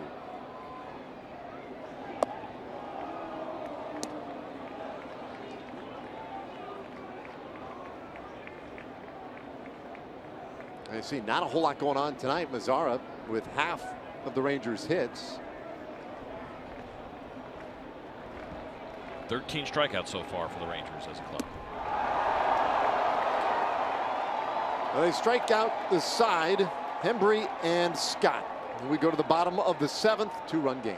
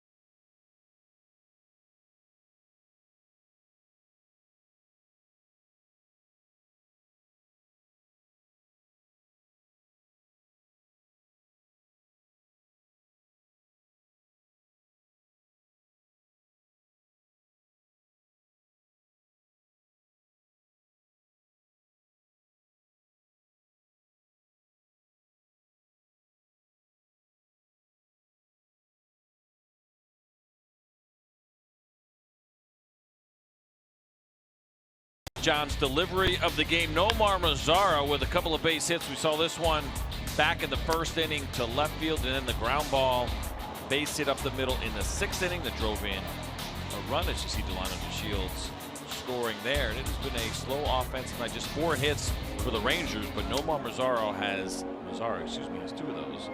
That is our Jimmy John's delivery of the game. Getting hungry. Go for a little Jimmy John's right now. Maybe a slim. They do the little smaller sandwiches. Yeah. All right, Keone Keller on in this bottom of the 7th inning. You'll see the top of the order. How about that for Keller? Fastball, curveball, 2-pitch pitcher, dominant fastball. Just that 226 batting average against the curveball, which has tremendous depth to it. A legitimate 12-6 curveball. This thing will finish below the zone after starting above it at times. It carries and covers that much. Not a hit against that pitch this year. Mookie Betts sees the curveball right away. I know what you're thinking too. No. Based on the way that the evening has gone, that someone is going to get a hit off a Keller curveball tonight. I may have to retire just like that. I would just tell you that tonight's probably not the night for you to be gambling on anything. 2-0 to Betts, who's hitless so far tonight in 3 tries.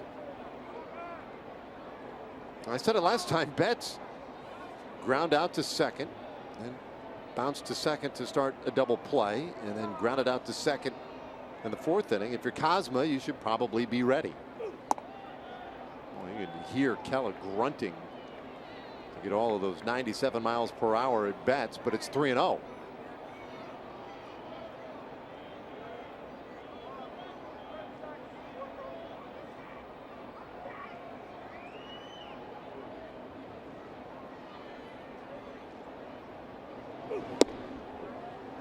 And a 4-pitch walk.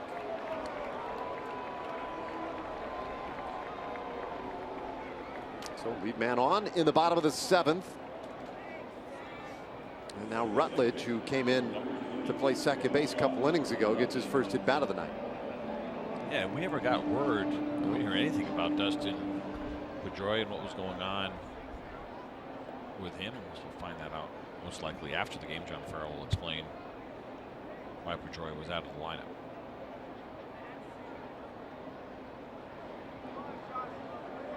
Keller last pitched on Sunday in Detroit.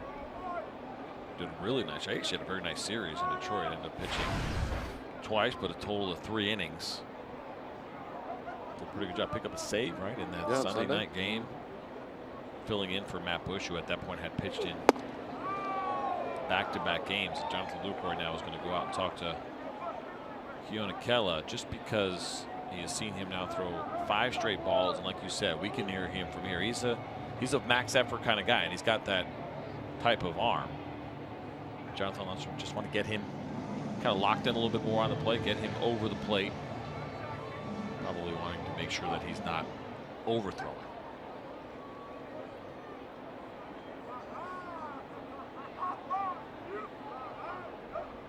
Well, he walked Betts on 4 straight and now throws over there. So that's the word I was kind of looking for a little while there. Overthrowing, right? Because you do hear that. You know, hey, don't overthrow it. And clearly, based on, and then it is the way he has thrown. Let's go back to the good memories. Sunday, the save, the second of his career. Here is that nasty breaking ball, striking out Ian Kinsler, elevating a fastball against Avila, and just a great job by Kela in that situation. Step into the closer role, shut it down. Real clean inning for him. Just 16 pitches with a couple of strikeouts, and just lately has been really, really good.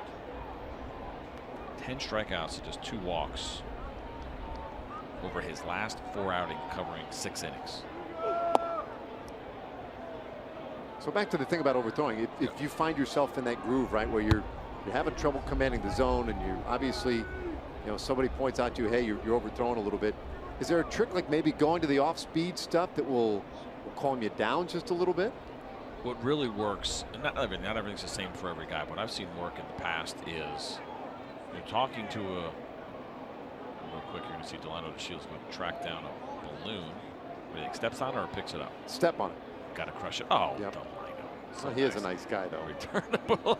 Oh, wow. There were 3 kids sitting there. I guess popping that balloon in front of those kids might not have gone over particularly well. But one thing that can work for guys, you don't realize this, right? You never want to get beat on not your best stuff, right? The idea of throttling back a little bit or throwing 90% sometimes for power pitchers can be a little bit uncomfortable, right? Starting pitchers who don't throw as hard can do that plus-minus deal where they take a little bit off. But what power pitchers, and most pitchers for that matter, don't realize, if you tell yourself in your mind, hey, just throw a 90% fastball here down the middle, the velocity is probably not going to change much. Maybe a mile an hour slower, but it's more about just being a little bit smoother. So I've always felt that's one that's kind of worked, where you say, hey, give me 90% instead of 100% on this heater. And you look up at the radar gun, and you probably still see 96, 97. Just trying to take a little bit of that tightness off. That, I mean, you don't want to lose the aggressiveness, but at the same time, just that maybe that little level that kind of puts you over the top and causes your release point to get thrown off. Well, we got a strike call there on Rutledge, and it's a 3-2 count now. Betts with a really big lead. He's going, and this one popped foul out of play. Rutledge may have just done Kela a favor. Well, he wants to hit, and remember this too, he's also coming off the bench. It's his first at bat. Cold, rainy night for him, trying to get into the flow of the game, and here he is facing a power guy. He knows he's got to get it started pretty quickly to try to catch up to that fastball. You don't have a lot of time to make that decision on whether or not that ball is in the zone or not. That's had a really big lead last time. Pretty good one this time, and he's going again, and it's fouled off. You see how late Rutledge is on that fastball. Kela working hard, trying to get it by him. And if he could throw a breaking ball for a strike, I think he'd spin himself into the ground right now. But obviously, full count, you want to make sure you're throwing strikes. And there's a 4-seam fastball. And Kela not trying to shoot corners, just go right at Rutledge and see him just battling to try to foul that pitch off. So if you've seen Betts take off on the last 2 pitches, is it worth a throw over? Do you just keep focusing on Rutledge? You certainly don't want to give up on the runner, not in this game right now. It's a close game. It matters. And so, yes, you still have to be able to pay attention to the runner. You got to be able to deliver a strike here, too. You also don't want to walk your second hitter of the inning and get first and second and nobody out. But you're not giving away second base at the cost of only focusing on throwing a strike. The jumps have been pretty good. The leads have been borderline audacious, and he does throw over now twice in a row. I think you gotta, might even have to do it one more time.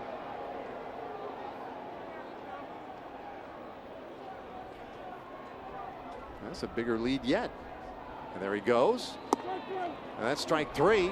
Throw down to second, nowhere near in time. Betts with a stolen base, his first of the night, 7th for the year. We'll bring up Xander Bogaerts, who homered earlier tonight, back in the 3rd. If I remember correctly, that was your fault. You were talking about how he had not homered all year. And there he goes, just squeaking one out over the Green Monster. Been a pretty good night for Xander Bogaerts. 2 hits for him, including that home run. Also had a base hit in the first, scored a run as well. Another guy. I mean, there's so many good shortstops in the league right now. We talk about Francisco Lindor and Carlos Correa, and then you go to the National League and Corey Seager. I mean, there are a ton. Xander Bogaerts also one, especially with the offensive year he's having right now. Maybe not in that conversation nationally as much as he probably should be. By the way, with the Rutledge striking out just a moment ago, we did get word. Left knee pain for Dustin Pedroia. Move considered just a cautionary one to take him out of the game.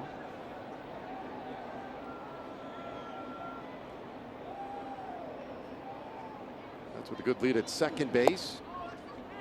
This one on the inside corner, 1-1 to Bogaerts. I wonder if this was back in the 3rd inning when we saw Dustin Pedroia making a long run here. Kind of fell down. You see him kind of react.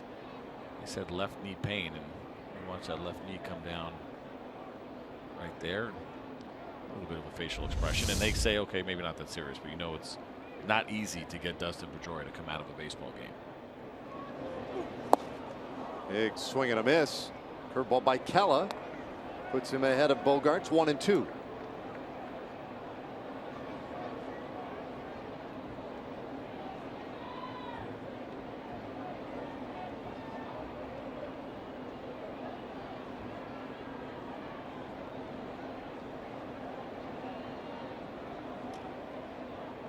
Bogaerts been a tough out tonight.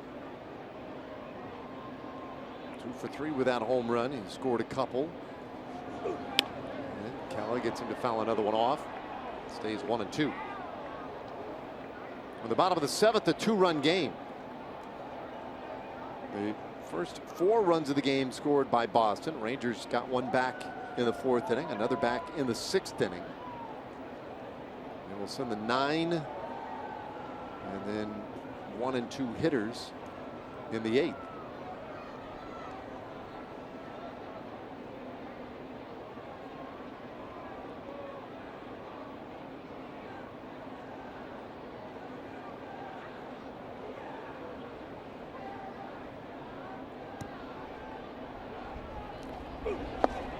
Did he go? Yes, he did. Plate umpire Chad Fairchild didn't even need help. Brings up Bogaerts. Second strikeout in the inning for Kella. This is an interesting pitch here from Kella. Looked like it was a breaking ball based on the velocity, but it actually didn't sweep the way that we usually see. That's not a big sweep pitch. We'll see what right here. Yeah, it's a breaking ball. We'll see how it kind of backed up and ended up actually finishing down and in for a ball. But when Xander Bogaerts sees that come out of Kella's hand, he's expecting that ball to at least go straight down and probably a little bit away from him, but it backed up and the location was good to get him to the point where he could not hold up his swing. Intentional walk given to Benintendi. He's at first. And Hanley Ramirez will be the hitter, but Doug Brocail wants to make sure that Kella's straight on the strategy here. So Betts is at second. Benintendi at first. Sets up a force at any base. Interesting move here from the Rangers. They're going to pass on Benintendi. They decide that they want to go righty on righty against Hanley Ramirez. And just taking a look at the numbers with Kella, done a good job. 211 against lefties this year. Has allowed a couple of home runs. Well, pick your poison. Ramirez, one of the few hitless Red Sox so far tonight. He did walk in the first inning. If you're wondering on the flip side, how has Kella done against righties this year? 086. So there's your answer.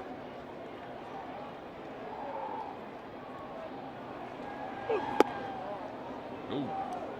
Give that one all he had. Missed low at 95 miles per hour. It was a good pitch. Got a little bit of natural cut on it as well. You saw that ball kind of moving away from Hanley. It was a four-seam fastball, but good life and good natural cut.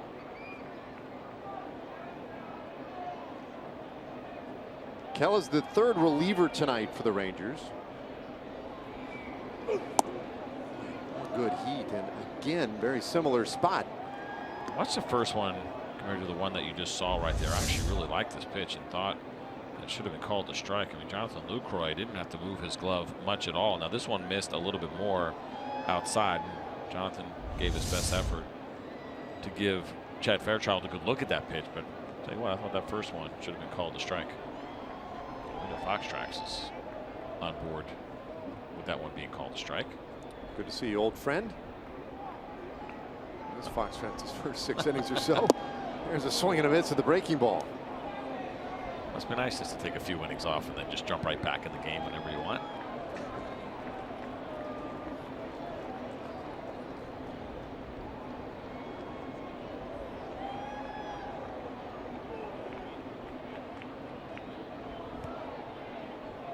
Ramirez this year with 2 outs and runners in scoring position. He's 2 for 19.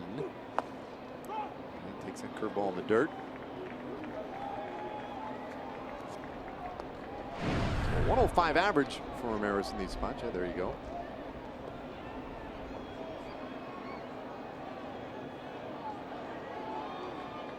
But man, is this a big pitch right here? With Mitch Moreland waiting on deck, left-handed hitter.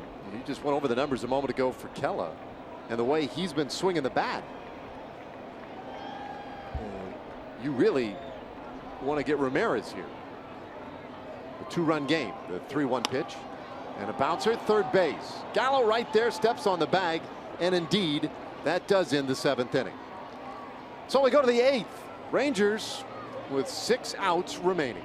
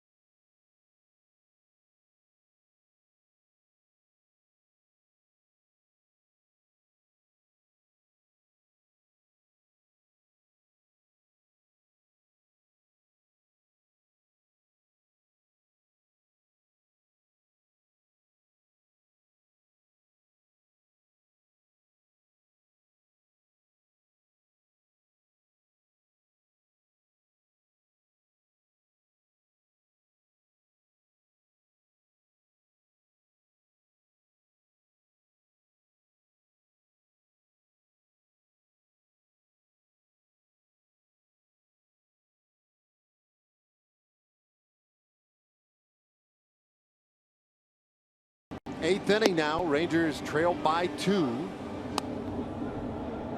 And Matt Barnes becomes the 4th pitcher of the night for Boston.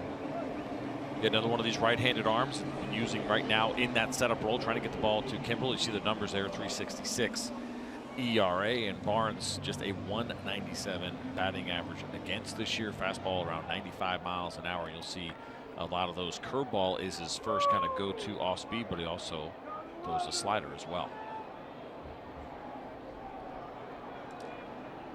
So he's on here in the 8th inning. Pete Kozma will lead things off, and then we'll get back to the top of the order. Kozma 0 for 2 with a couple of strikeouts.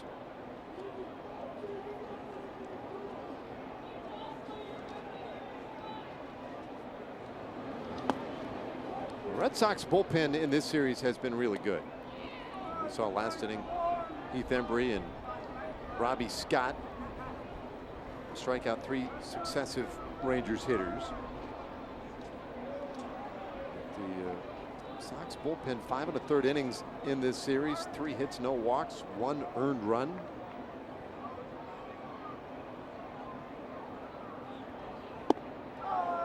It's 1-1 to Cosma.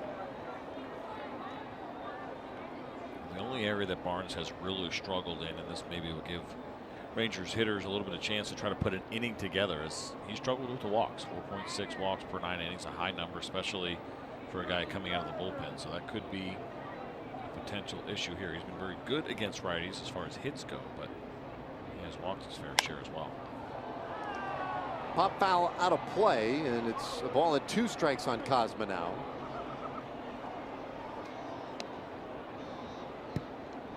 Pete acquired as a waiver claim from the Yankees. It was at the very end of April. 29 years old and a utility infielder. You can use him all over the infield, including shortstop, and tonight at second base. And in a pinch, as we have learned, maybe as a catcher, if need be, he'll catch some bullpens. He'll warm up the pitcher once in a while in between innings. And this is a guy that understands the value, understands his game and who he is. A great defender. So the more positions you can play, the more value you have, and the more opportunities you can open up for yourself, which is so opposite, right? You see so many times in youth baseball. Everybody wants to be the shortstop and only play the premier positions, but especially in today's baseball, it makes a lot of sense to be able to play and learn as many positions as possible. Barnes to the plate, 1-2. Cosma shoots it foul.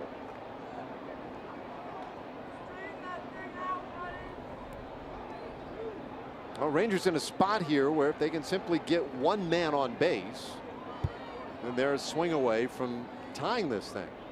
They've scored the last 2 runs of the game.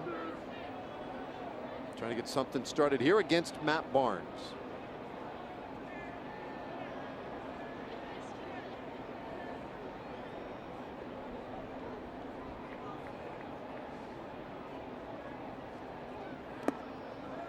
It's 2-2. A bit of a sideways mist going, so it's not really rain because it is so light. We can see it up in the lights, just kind of blowing sideways. You can see it a little bit there on TV, and so the crowd is starting to thin out a little bit with the way that the weather has been. You see that mist kind of going across. This has become now a heckler's dream. Right? A little bit empty, still a close game. It matters. If you have something to say to a player, it's a good chance he'll hear it. Hop back our direction. Into the seats. Which, by the way, you did make a promise that we would be getting at least 1 a foul baseball up here. Hasn't happened yet. Clock's ticking. Now, we also have the window closed, which means we are spared the elements tonight. So if a ball were to come towards the booth, it would hit the glass. This pretty much guarantees we're not going to get one tonight. That glass right there. Not ashamed. A little bit. How do I get out of here?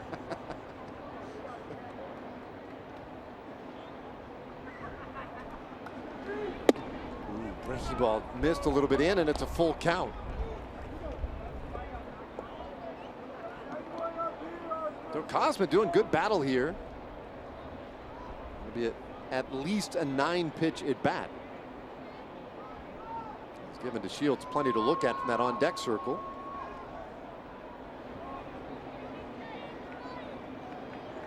A 3-2. And this ball hit well down the left field line, but it is foul.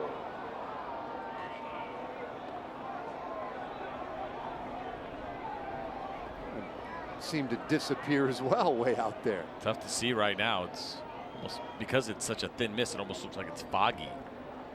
It's kind of making its way around, especially when you start to look up at the lights. A bit of a glare.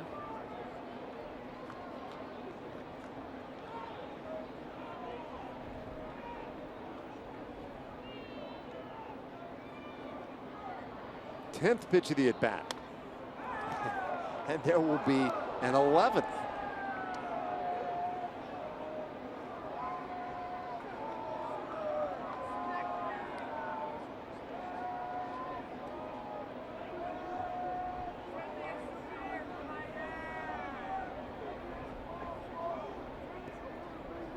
Kosmich just trying to wear Barnes down.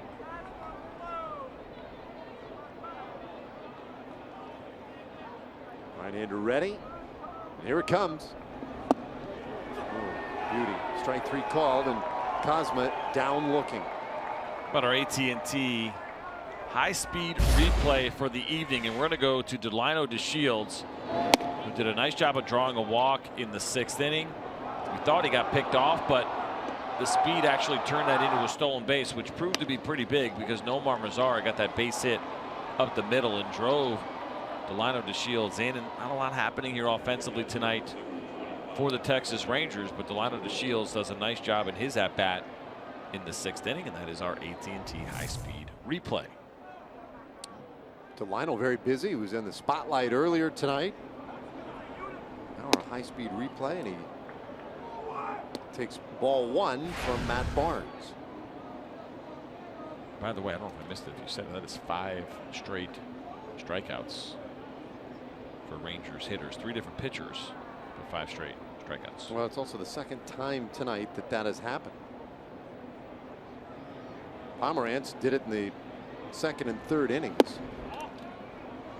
And now it's Pomerantz, Hembree, Scott, and Barnes have combined to do it in the 6th, 7th, and now 8th innings.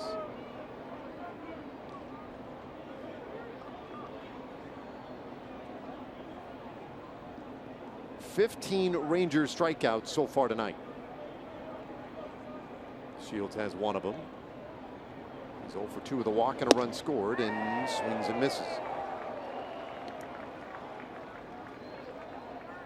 Here's the bad news for the Rangers is that Craig Kimbrell is sitting out there. He will most likely pitch the 9th inning.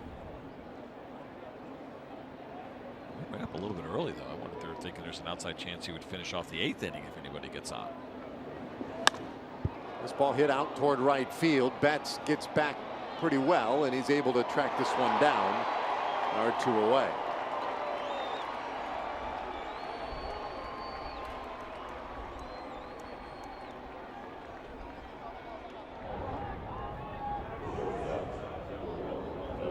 So here's Andrus. Elvis had the home run in the 4th inning.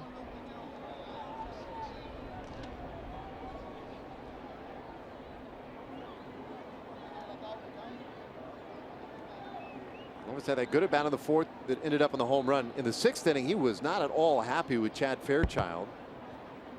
A strike 2 call really upset him, and then he struck out swinging on the next pitch. And he had a good argument, I thought, and then the frustration builds because it's one thing you get a call that goes against you, but then when the at bat becomes non-productive and you strike out, it just kind of elevates how you feel about the one and the call before it, because it does change the dynamic of the at bat. Every call matters to these guys and how you approach it. You and I talk about this a bunch. The difference between 1-1 and 2, or excuse me, 1-2 and 2-1, and all these different counts. And for a hitter, changes everything. And here's what we saw from Elvis on that breaking ball that looked like it never caught the plate. I thought he had a good eye there. He's kind of forced to swing at that 2-strike fastball that's elevated a little bit. So I think justified. There's going to be times where guys argue and they're going to be wrong. We're not always going to say they're right, but I think in that case for Elvis Andrus, he had a pretty strong case.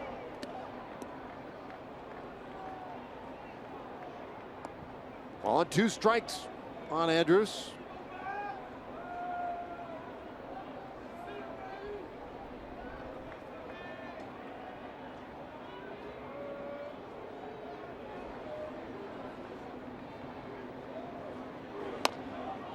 Stays alive.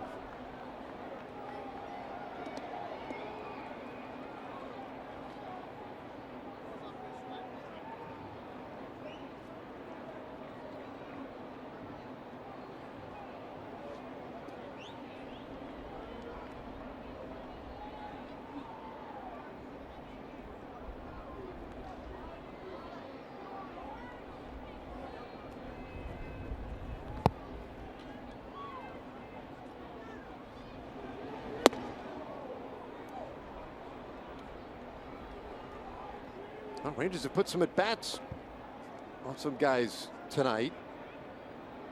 Pomerantz out after 6 innings. Pomerantz struck out 11. Embry and Scott did well in the 7th inning, but Barnes, I mean, he had to use 11 pitches to get Cosma.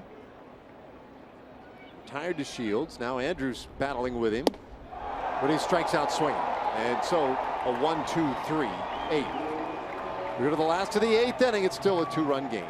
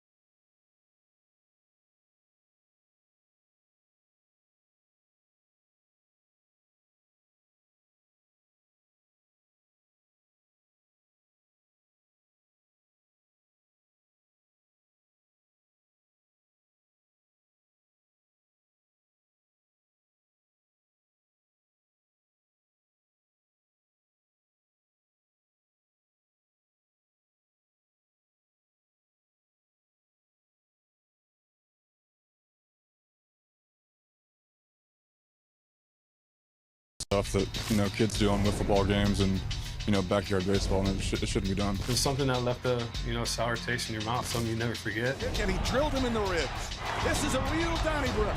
Rookie let fly with a punch. The tensions are going to be high, and it's pretty much a playoff atmosphere in the middle of May.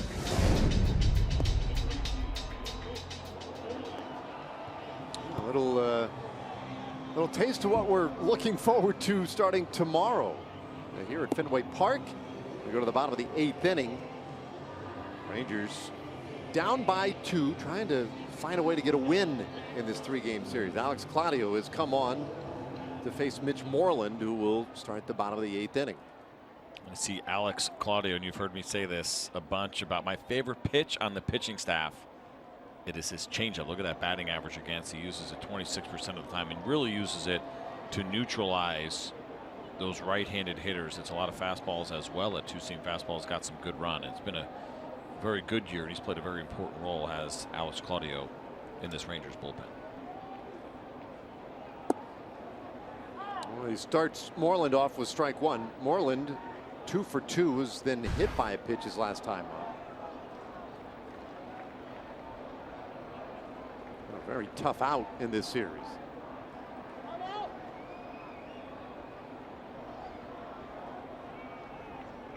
Well, it rained all day today, pretty heavily at times, but cleared up right about 7:15 or so tonight. It allowed us to play to this point, the last of the 8. The Red Sox got early runs, 2 in the first, 2 in the 3rd. The Rangers would come back and score a run in the 4th and a run in the 6th inning. The time suddenly running short.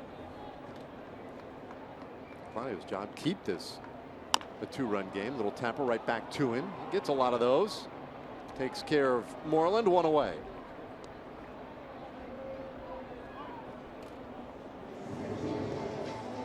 After this one, we'll travel to Canada, ready for tomorrow night. First of 3 against the Blue Jays. Odor versus Batista. You see the numbers there. We don't have the punches landed number there. Oh boy. But yes, it'll be a good one. It'll be an exciting series anytime you go up to Toronto, but especially now, obviously, with the history between the Rangers and the Blue Jays, and it'll become an important series as well for the Rangers. Hopefully they come back and win this one. But the idea of trying to get over 500 for the road trip would take some work in Toronto. Like I said, I really like pitching matchups on paper. They certainly favor the Rangers. They do look good, and of course it's a Toronto team, a lot like the Rangers. Got off to a surprisingly slow start. They have not to date really pulled out of it. Now they're playing better baseball right now. They've won 3 in a row coming into play tonight. Bouncer down to first base, and Napoli races over to retire Bradley. 2 away. But it's a Toronto team 5 games under 500 coming into today. 21-26, and in last place in the American League East, 7.5 games back. Yeah, there you go.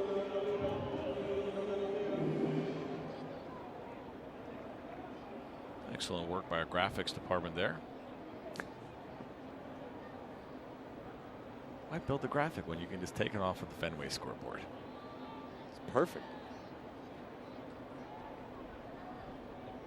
2 gone for Vasquez, and he'll bounce it foul. So Clowney with a couple of quick outs in the 9th. It'll be the heart of the order for the Rangers. Loop and a blast. That's the idea. Mazzara, Lucroy, and Odor will be due.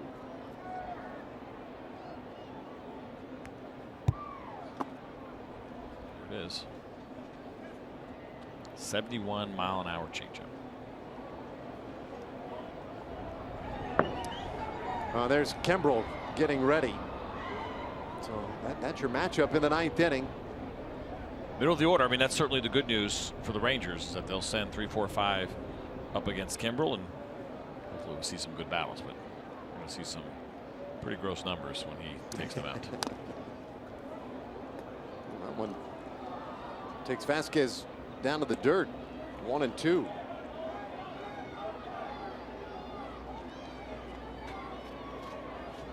Just trying to figure out when the last time I had been up to Toronto. I was talking to my wife about it.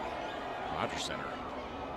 Like 13 years. Oh, is that right? I've been there since 2004. Did you update that passport? It is updated. Okay. I've made a couple of stops internationally since then in my baseball career. But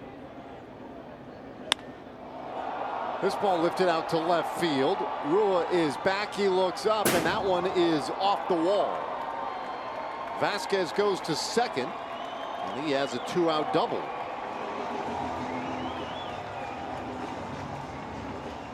Well, that is a perfect example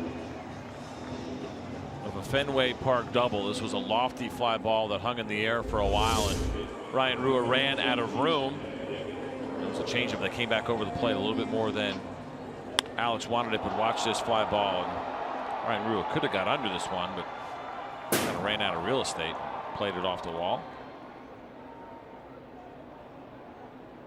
That's the other thing. You see how that ball hit and went straight down? You'll get some of those too here at Fenway. Sometimes it'll bounce off a little bit further.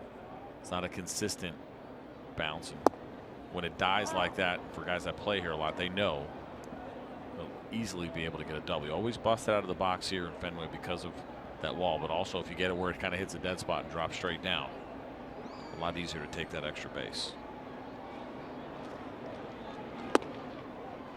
1-1 the count. Tuesday night, I think it was Joey Gallo.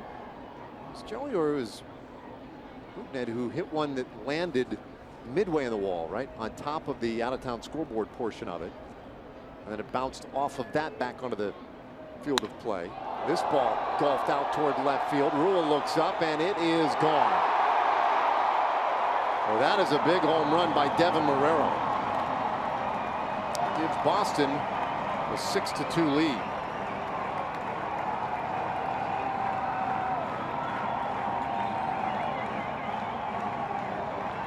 First of the year for Marrero, and it's good for 2 really big insurance runs. Well, this is another changeup from Alex, and you'll see it. And see how they'll start to cut back a little bit as you watch Jonathan Lucroy's glove come across. It was the same thing on the Vasquez double as well. So he's not getting that usual tail that he gets where the ball goes straight down and away from a right-handed hitter. But it is now the second time here that we have seen The Rangers go into the 9th inning where it looked like it was going to be a save situation for Kimbrel last time, which is on Monday. Not Monday, what is it? Tuesday. He did not pitch, but because that happened with 2 outs and there's nobody else warming up in the bullpen, as you see this play down the line, Kimbrel will still pitch in this game. Well, Betts 0 for 3 with a walk. One of the 2-out double to Vasquez, and then the Marrero home run. 1-1 to Betts. Anyway, after that ball that bounced off the wall, kind of an odd play on Tuesday night. Wednesday, I saw Andrew Benintendi and was asking him about playing left field here, and that particular play, he said, yeah, I kept going back. I got to the wall. So did you know it was there? I said, well, you know, yeah. I mean, I sort of was prepared for it. He's like, I'm glad I hit the wall, though. I was wondering when I was going to hit it. He's like, because I was afraid it was going to come down and land right on top of my head.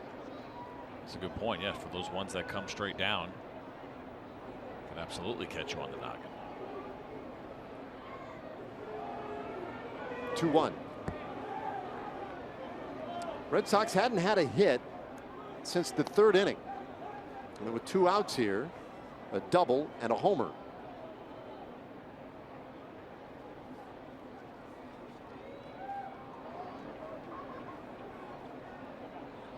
(6-2) our score. Now time asked for and granted. Betts will back out. Lucroy, there's some confusion right now over the count, because I think, yeah, there was an appealed check swing that was called a strike. It is 2-2. And Chad Fairchild signaling as much. Good to clear that up. And so Claudio gets a bouncer up the middle, and that one has eyes. A hit for Betts, and the inning continues.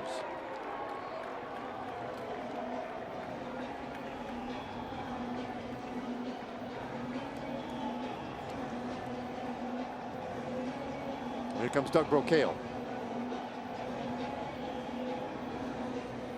That was a 2-seam fastball. Alex got the ground ball that he wanted.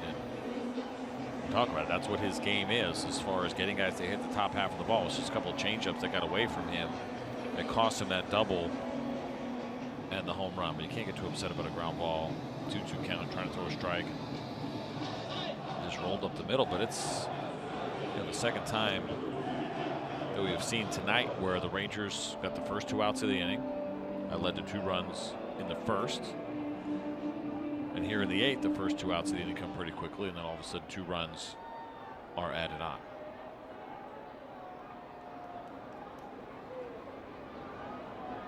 So here's Rutledge, his second at bat of the night. He takes a strike. He struck out looking in the 7th. Came in the game for Dustin Pedroia, who left with pain in his left knee.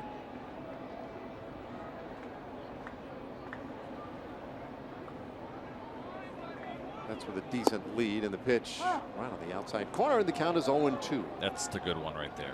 You mentioned the other ones that came across the plate a little bit. That is Alex's really good changeup. It is hard to put up good numbers against right-handed hitters when you throw from the arm angle that he throws from, but when the changeup is on, that's the way he kind of keeps it even.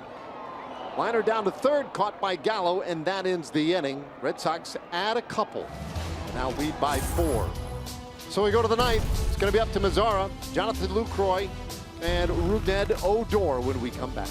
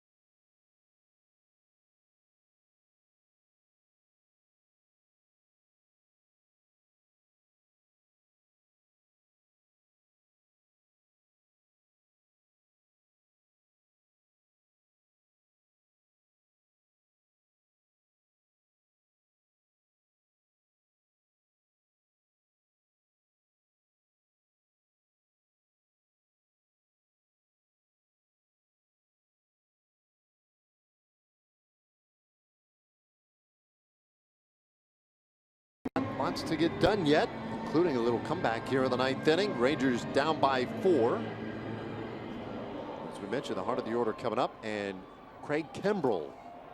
Boy, he has been terrific out there for Boston. I mean, that is an absurd whip at 0.41, and the strikeouts 36 to just 2 walks. And you hear me talk about strikeout rates, how many per 9 innings. It's 16.5 for Kimbrell, and as ridiculous as that number is, it's only the 4th highest number in baseball right now among relievers. So there's never been a reliever that's gone through an entire season that's finished with a strikeout rate above 16 per 9 innings. Aroldis Chapman has gone 15 plus. He's the only one to ever get that high. Also kind of speaks to the state of the game right now, where there are so many swings and misses, so many strikeouts, but there are currently 4 relievers that are striking out better than 16 per 9 innings. Just craziness. 1 strike pitch, and Mazara takes low. Yeah, I mean, there's definitely something to that, right? I mean, you look at some of the numbers and you say, wow, they're pretty amazing, and they are. But the game has also kind of moved that direction. Home runs and strikeouts, lots of big swings regardless of count, is the approach that many hitters are taking these days. Kimbrell's fastball this year has been sitting right around 98 miles an hour, and he is a legit 2-pitch pitcher as well. We've seen a couple of those tonight. You'll see the breaking ball as well at about 87 miles an hour. It's a really good curveball, actually a knuckle curveball, the way that he holds it to go along with that 98. Would miss by much. 2-2. Not sure that missed at all, to be quite honest with you. I think there's a legitimate argument here is to see some frustration from Kimbrell. That ball looked like it caught a good part of the plate on the inside, but you see the movement there too. That's the other thing, is we get fooled sometimes by that movement of Vasquez. You got to be careful. If you believe that ball is a strike, you probably shouldn't move your hand, and sometimes you move it and you give it away.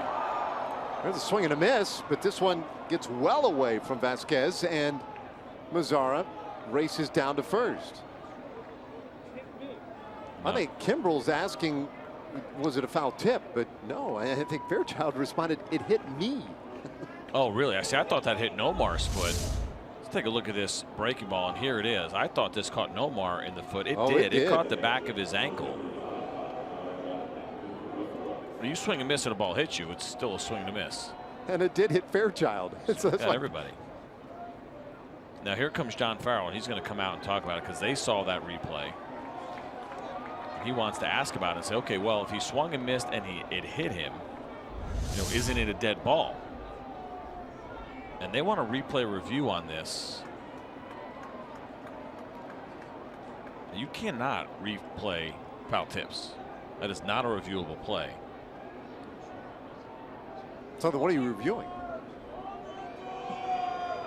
I was trying to hear the official scores. It's something there on that, but these I'm sorry, they're not asking for a review. These guys are getting together first. I apologize. I thought I saw them make the headphone sign. Well, I saw Farrell do. I thought he was signaling for that, but maybe he was just saying, hey, why don't you guys talk it over? It's all right. If you swing and miss and the ball hits you, does the ball become dead at that point?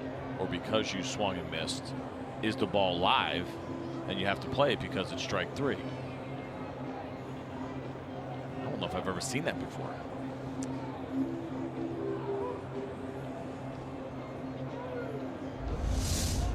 Right. You're talking about and saying, listen, it hit him. Yeah, so go talk to him. And then he does that and say, okay, review. That's the review sign. So here they go. So now if what they're saying is that the ball hit him, Fairchild said it only hit, he thought it only hit him. Right. He felt it hit his own foot. And so I'm sure that's what he thinks happened. And now in review, they're going to see that it hit Mazara after he swung and missed. This is interesting because hit by pitch is reviewable, but this isn't a hit by pitch because he swung at it. Right? It caught him in the back of the ankle, no doubt about it. The back of his foot on the heel, I guess, wherever it's going to be. But what the official challenge is listed as is what's interesting to me. I wonder if they're saying it's a dead ball so he can't advance, but it's a strikeout, which I'm guessing is probably what's going to be the call.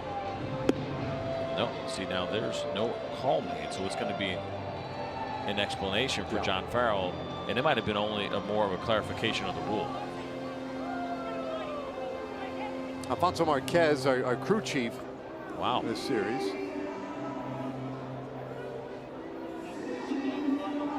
John Farrell's going to argue that the ball should have been dead and that Nomar Mazara should not have been able to advance on the strikeout.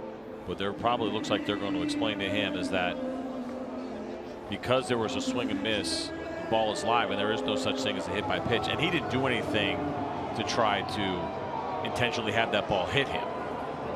Right, there was nothing Nomar did. He swung at that pitch.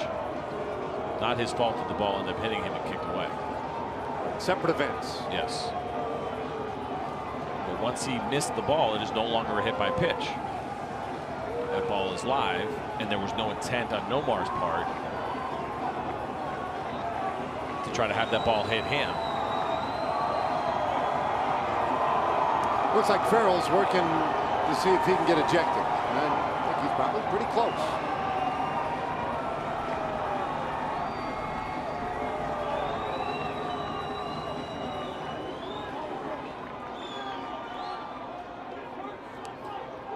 Marquez has allowed him, lengthy conversation at this point.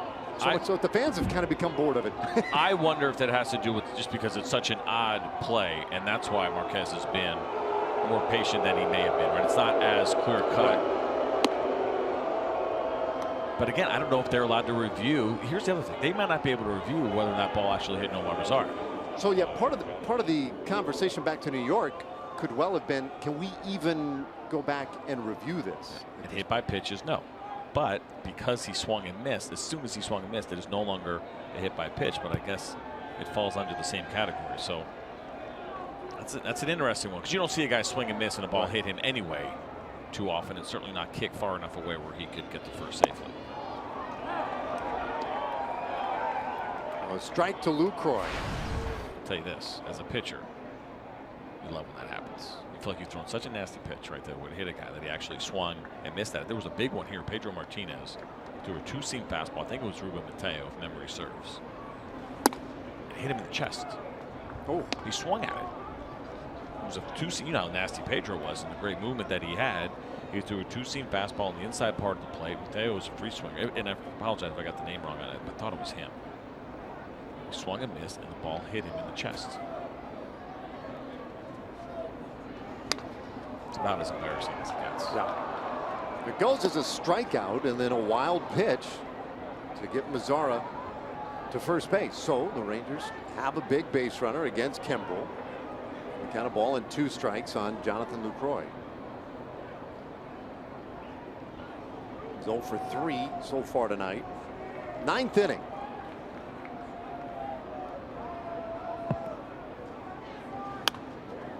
This one fouled back our direction. Stays 1-2.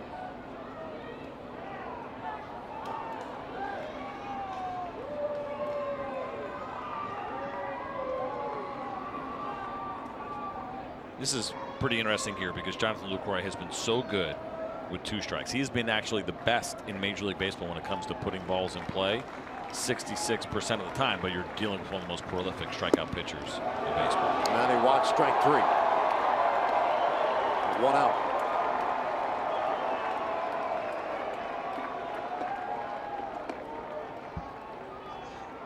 We'll bring up Rougned Odor. Again, headed to Toronto after the ball game. Coverage tomorrow beginning at 5:30 on Fox Sports Southwest. Then day games Saturday and Sunday.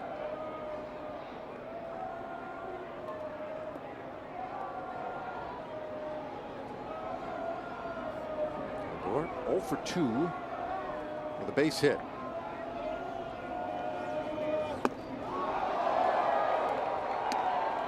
That's Odor thinking fastball right away and trying to jump on it when you have 98 and then that nasty breaking ball. Not to say that you become a guess hitter, but it's not a terrible idea to try to pick out a pitch in a certain count and go for it. I think based on that swing, Odor was thinking fastball.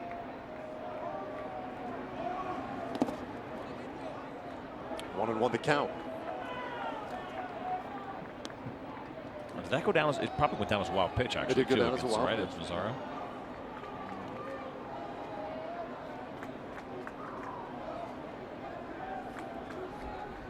18 strikeouts so far tonight, a season high for the Rangers.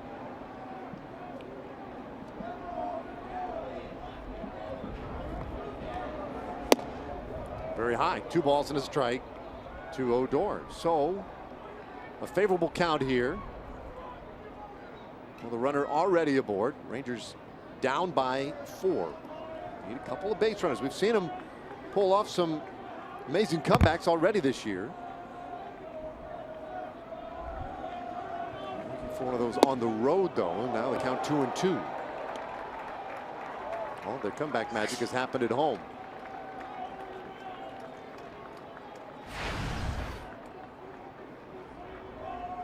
Heavy shift on here for Odor, and I wonder sometimes you got a guy with this kind of fastball.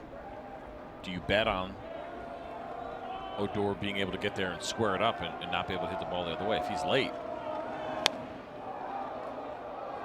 He's got the whole left side of the infield open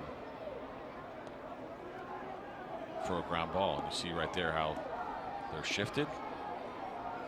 Guerrero now, I guess it's Bogart's at the shortstop position. Yeah. Guerrero's actually at second, and Rutledge playing the softball right field. He's the rover. 4th outfielder position. Yeah. But we talk about this a lot. There are very, very few spots where you would think about making a guy put down a bunt. Obviously, the count 2-2 now. That's not in the cards, and a swinging strikeout takes care of Odor. I just wonder, you know, yeah, with the need for base runners, maybe this would have been the inning. Might have been. It's tough. Listen, that's Kimbrel, and it's tough to put the bat on the ball to begin with. The idea of bunting is probably pretty uncomfortable as well. And going back to Mazara, I'm almost positive now. The mistake that what happens is that ball hits him. It should be probably a dead ball, but because they cannot review that it hit him, that was the argument. And even John Farrell says, pointing up to the screen, saying you can see it plain as day. The ball hit him in his back foot. He said, I didn't see it that way. We cannot ask for a review. And I guess none of the other umpires in the field saw it either. And what that does now is it puts Craig Kimbrel in the unusual position to have 4 strikeouts in an inning. He's got 3 already.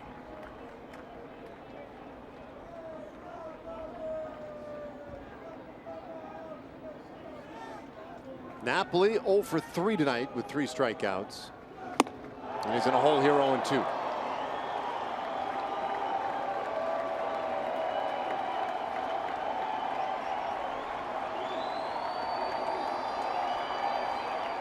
Rangers down to their final strike.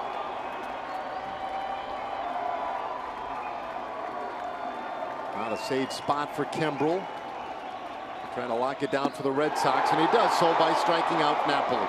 Strikes out 4 in the inning, and that does it. 6-2. Red Sox win tonight, and they sweep this 3-game series. Oh, tough way for this one to wrap up for the Rangers as they head to Toronto. But we want you to stay with us. Dana Larson, Tom Grieve, Mark McLemore. They're going to be back to talk about the evening for Drew Pomeranz and much more. Player reaction and analysis.